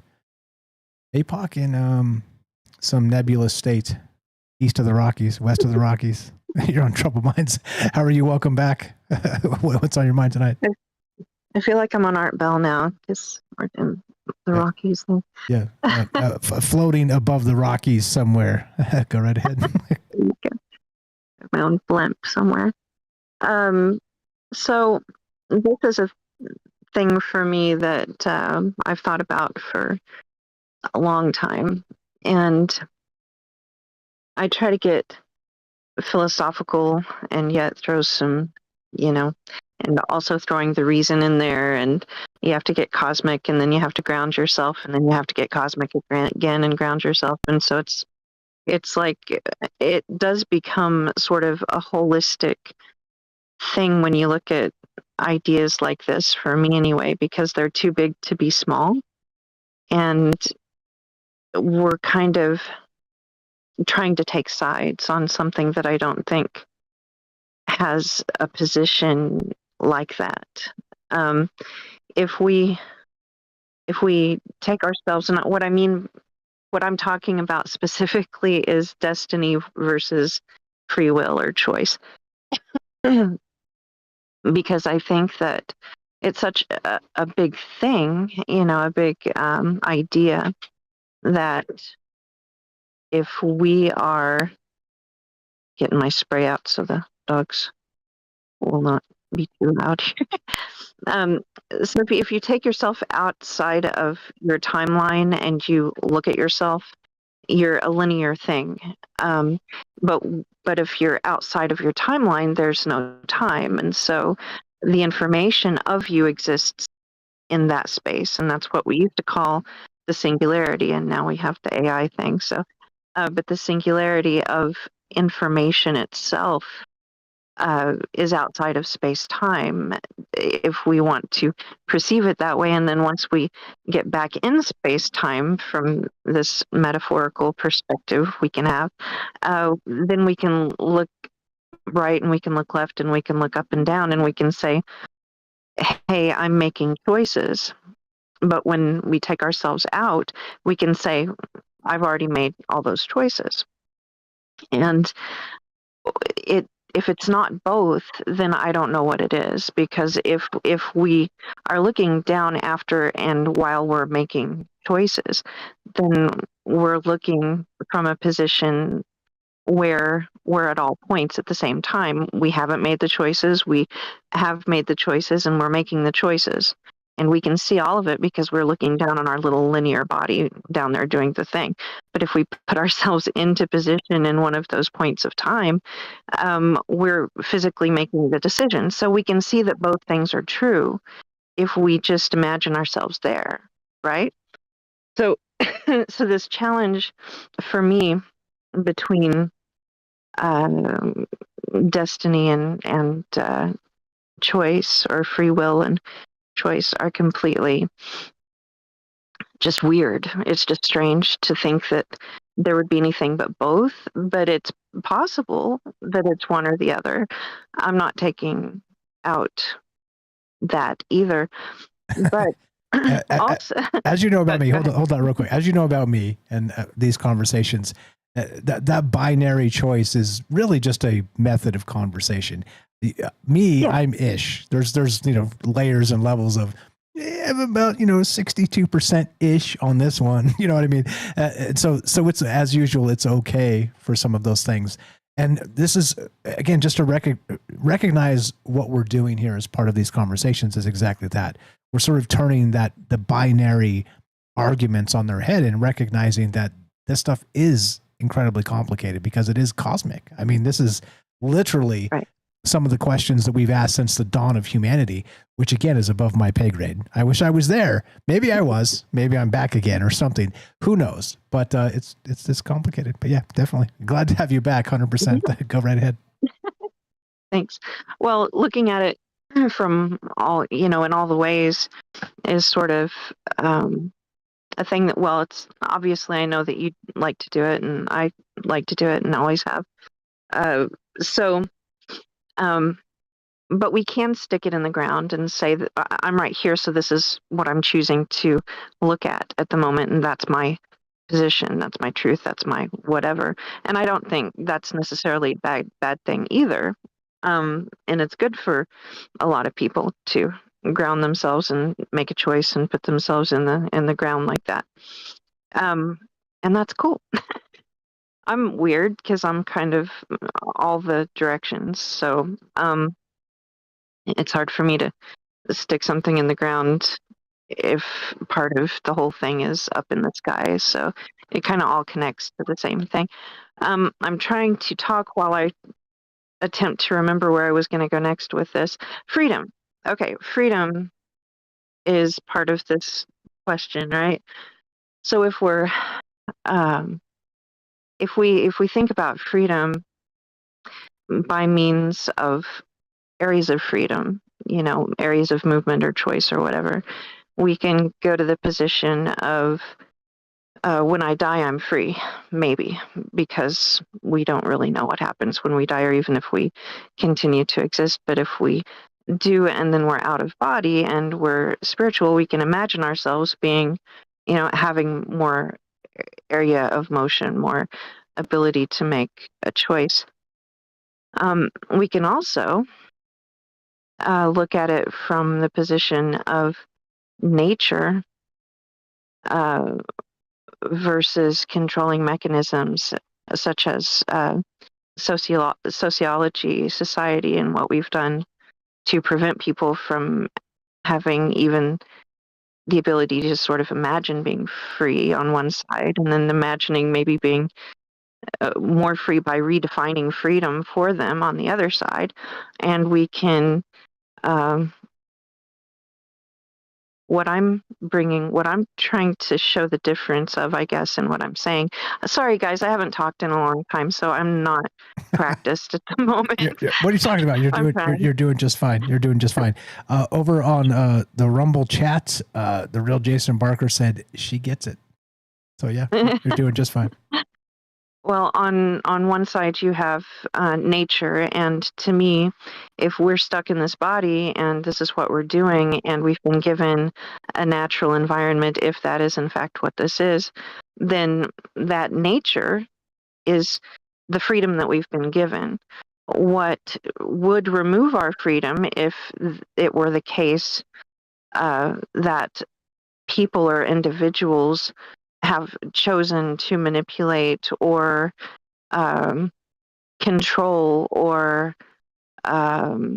attempt to remove choices from other people, which is kind of what we've done with laws and ideas and books and illusions and delusions and politics and taxes and all the things. We've done this. Don't get me started. In depth. Yeah, right. we've done this healthcare. I mean, fuck's sake. Oh, pardon me. Nick. Sorry. Nick Cage. What's his name? Nick. What's the guy's name? The actor? What's the guy's name anyway? Yeah, go ahead. With Nick Cage, what? No, never mind. You're all you have to do is drop his name, and then you've hit all my trigger points in like one sentence. But anyway, go ahead. Yeah. Very good. He's awesome, by the way. Okay. So you're, if you look at people, that's where you can look at potential freedoms being taken away. So I think the only way that we could actually define, that I could define, it's not the only way of anything, but the only way that I could feel like I could define freedom being removed is taking it outside of nature. And what do we have in this world that does that? Humans. And so if we're in church, if we're at the hospital, if we're at the store, if we're watching TV, if we're on our phone, if we're doing all of any of these things, we have put ourselves in a position where other humans have designed a system that is all about removing our freedom. So by giving us false choices.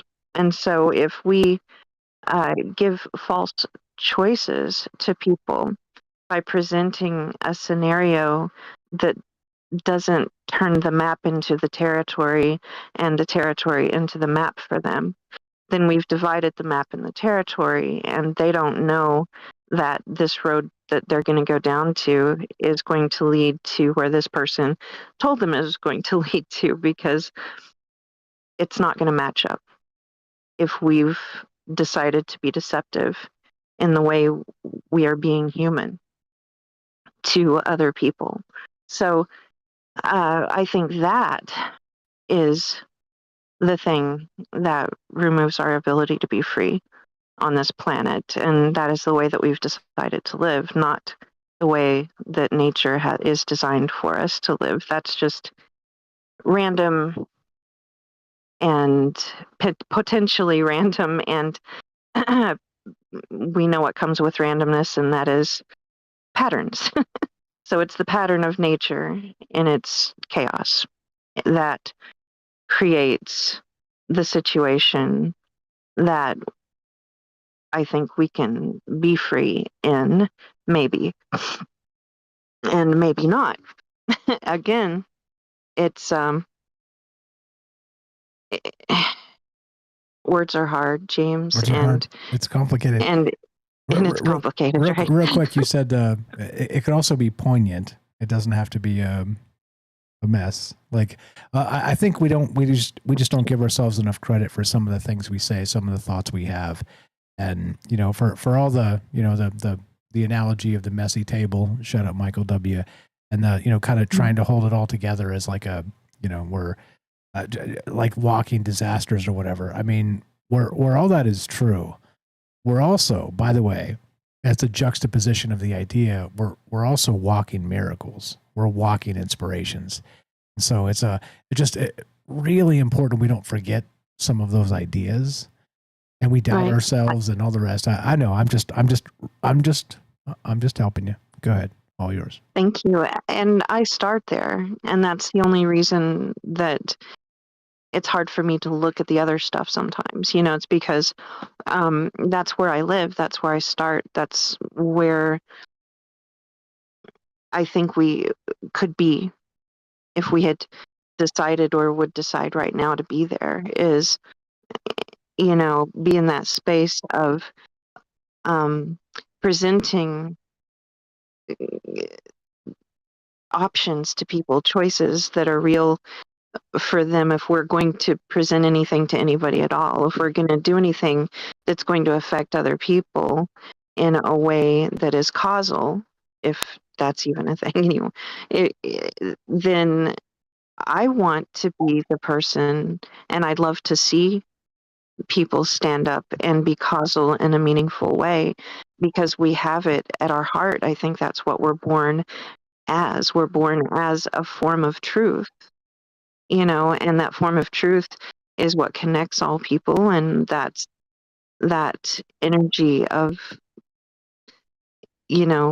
connection. And so if we want to try to turn it around like we seem to have done, and like I said seem to have done, because I don't know if my perception is actually true on this. I know what I'm being presented with, but I don't know why, and so I'm only going by what I'm being presented with. And that's all I can really go by. And I think that's, maybe all any of us can go by. Um, because at least with me, I try not to read into things if I can help it. And maybe, I mean, that it depends on what it is, of course, because mysteries are fun and all that, and everything's contextual. But I also wanted to bring into this the dopamine thing that you brought up. So, what's interesting with ADD or ADHD, now it's all ADHD. It used to be a spectrum of ADHD and ADD. So ADD would not have the hyperactivity, and it would be a spectrum from one end to the other, according to them. And of course, whatever it is, it's just labels to me. So I'm just going by what people have decided to call things, and decided to label things. Because they'll change it tomorrow. Today, Yeah, they will change it tomorrow, and then the next day, and the next day. So by the current quote unquote science of what people think they know today about ADD, dopamine is not a viable coping mechanism or a viable, well, it depends on what end you're on. The way that I used to always think about it, because of how I've looked at it from my position, and I have, it has been said that I probably have ADD, and I have my own opinions about what that even is. On the end that I've been presented with, it is more to me that because I don't have that dopamine engagement, I have a more, I have an ability to sort of look outside the hyper emotional states that people can get into when people are trying to have an argument with me, or trying to, start some stuff or whatever. For example, when I was 8 years old, a family member of mine who I believe might have had been presented with the label, had they been gone in to be diagnosed with bipolar. But I was doing it, I was experiencing life with them as an 8-year-old and as a child growing up, right? And I would go in and I would cry with them, and I would be, engaged in their stuff, because I thought, they act like the world's coming to an end and we're all going to die. So it was scary, and I'm like, okay. It still is. I cried with them. It still is when people say that stuff, and people still say that stuff. But I mean, they acted like it too, and it was just the heightened emotional space that I was dealing with as a very young child and other people. And so at one point, I remember that I was around 8 years old. I made a decision consciously that because I wasn't helping them if I was engaging with them in an emotional way, that maybe if I stepped back and listened to my thoughts and tried to communicate with them ideas and help them through and give them options to make different choices and how they were experiencing what they were experiencing, then I could as long as I wasn't crying and I wasn't engaging in that, then I could do that thing for them, so I stopped. And of course, I got the "you don't love me, do you?" and I got the guilt stuff, and I got all that stuff, right? But I stayed my ground, and I was engaging in logic problems and engaging in trying to give them realistic ways that they could actually deal with things, and letting them know that I was there, and I was, this kid doing that. But I think the only reason that I could do that is because maybe of the dopamine levels being lower, you know. I'm not sure, but if I'm if we're looking at chemistry and presenting sort of a code book or a map of future experiences and how we're going to respond to them, if we again put ourselves in the position to go outside of time, then we're not really dictated by those emotions. But we can also, if we're in the timeline and we are experiencing ups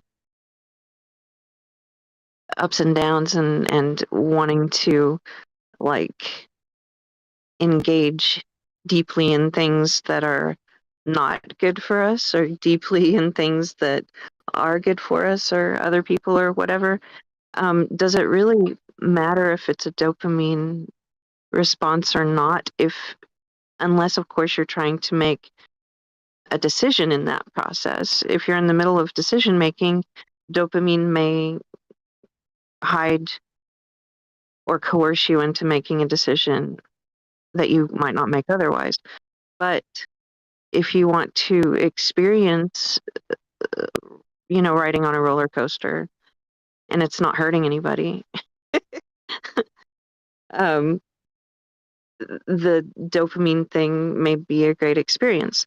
But I wanted to put it out there that there are some people that chemistry works different with at different times. And so the way we're engaging with people might not be predictive of how they're experiencing things. And so, contextual stuff, I think we would benefit from looking at each individual person and each experience and each moment as a very different moment and a very different experience, and make a choice about it. And I think that's the only freedom we can have, really. And welcome back to Troubled Minds, as if you never left.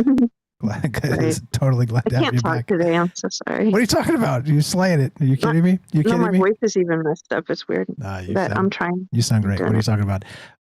Go read the Rumble chat. Nope, you're slaying it. Let's wrap. James, anything for APOC? Literally, I was telling the Rumble chat, hey, APOC's an old friend, and we haven't heard her on the show in literally a year plus. Glad to have you back. Your voice has been sorely missed. Thank you for spending some time and energy with us. James, anything for APOC? And let's wrap this up. I agree. Voice is fine. Amazing thoughts as always. And great topic. Great calls from everyone tonight. And thank you as always for having me on as well, Mike. Glad to have you. The glue of the show. Yeah. So I don't know. Like, how do we make it all come? How do we bring the seen and the unseen together, APOC? I just tasked you with the impossible. Amun Ra, is that how Amun Ra is the that's how the Egyptians did it. Mm-hmm. Well, it's so we're physical and we're having these experiences here right now, and we are also potentially a lot more than that. And I think that when we're born, when we're children, when we're babies, we know that, and I think reminding what I used to remind myself of and other people is that we're only here for a teeny tiny moment. And so we're really, in the scheme of things, the grand scheme of things that we know of. And so we are as children.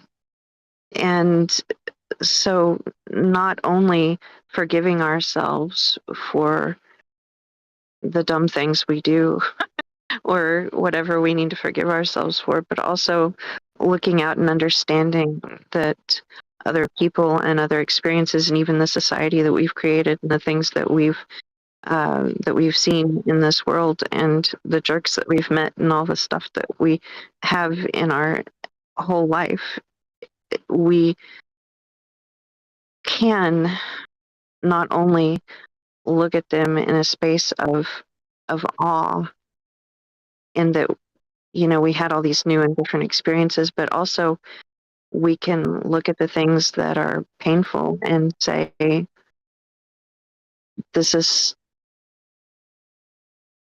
we are children, and this is a space that we can be real in and cry in and be ourselves in and have this empowerment of truth of self.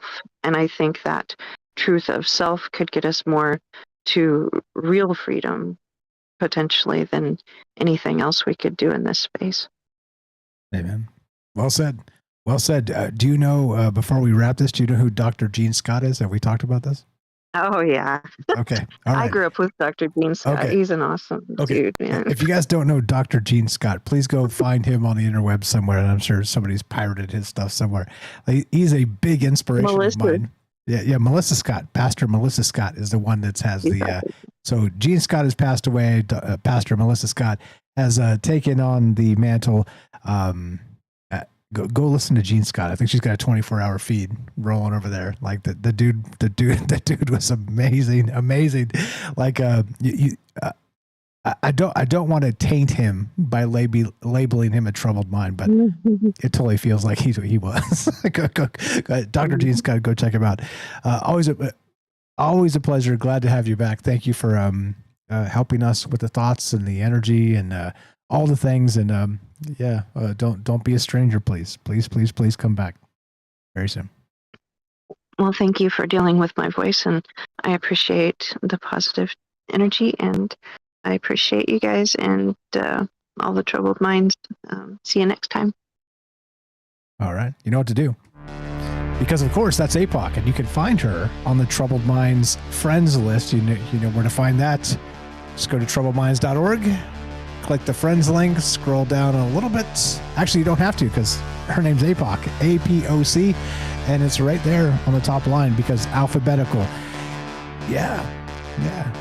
Again, glad to have so many smart friends with so many smart ideas. That's the whole point of this. And like I said, that has been achieved. There's little doubt there. It's just what comes next? You guys tell me. Again, shout out Tino listening on Rumble. Thank you for the kind emails and the thoughtful stuff. RC over there on who'd I miss? Bailey, the Quantum, Shay is here. Herschel, Michael W. Thank you for the call. Sweets, MJ. Hey, MJ, I owe you one, buddy. You called the other night when Herschel was on the line and then you hung up. My bad. I owe you one. What's up, Ricky, Gaston, Eric? Great call. You guys are the best. Michael W. Great call. Thank you again for being part of this. Like I said, imagine this space without me, but also with only just me. See what I did there? It's weird, right? But also it is the interplay of the yin and the yang. It is that the color of the cosmos. It is what else? We'll get to that another time. It's way too late to get into that. If you want to help Troubled Minds, I say this over and over and over again, help our friends. Please. troubledminds.org/friends. I didn't shout out Eric. Please go follow his music, Hammersmith Music, I believe is what it's called. He's on the list too. Like I said, if you listen to this show with any frequency and you don't follow these amazing people, you're hurting my feelings. Please, just go spend a few minutes a couple times a week and make sure you follow all these folks and go leave them nice comments. And it's not just me, it's us. As I've always said, and I mean this to my core, I'm me, you're you, but together we're us. It's magic. Is that magic? Does magic exist in 2025? I think it does. Shout out Hiker and YY, the boss babes over there on Rumble, slaying it. Thanks for sharing the links, pinning the comments, all the things. Sweets for being also the glue of the show and always retweeting and helping James with the shop. Just thanks for being cool and chill with each other. Yeah, it's amazing. It's amazing. Right? Exactly. Yep. Helping each other plays in 2025. Thanks again. You guys are the best. Thanks for being part of this. If you want to help Troubled Minds directly, you know the drill. Just spread the word. Let people know what conversation's happening, where we're not going to tell you who to vote for. We're not going to discuss mainstream narratives because that shit is garbage, garbage, garbage, dumpster fire garbage. We're going to talk about being human. We're going to look inward. We're going to look outward and wonder why Carl Sagan and Carl Jung are at opposite ends of that spectrum. As we finish, it goes exactly like this. This one's for APOC. Welcome back. Be sure, be strong, be true. Thank you for listening. From our troubled minds to yours, have a great night.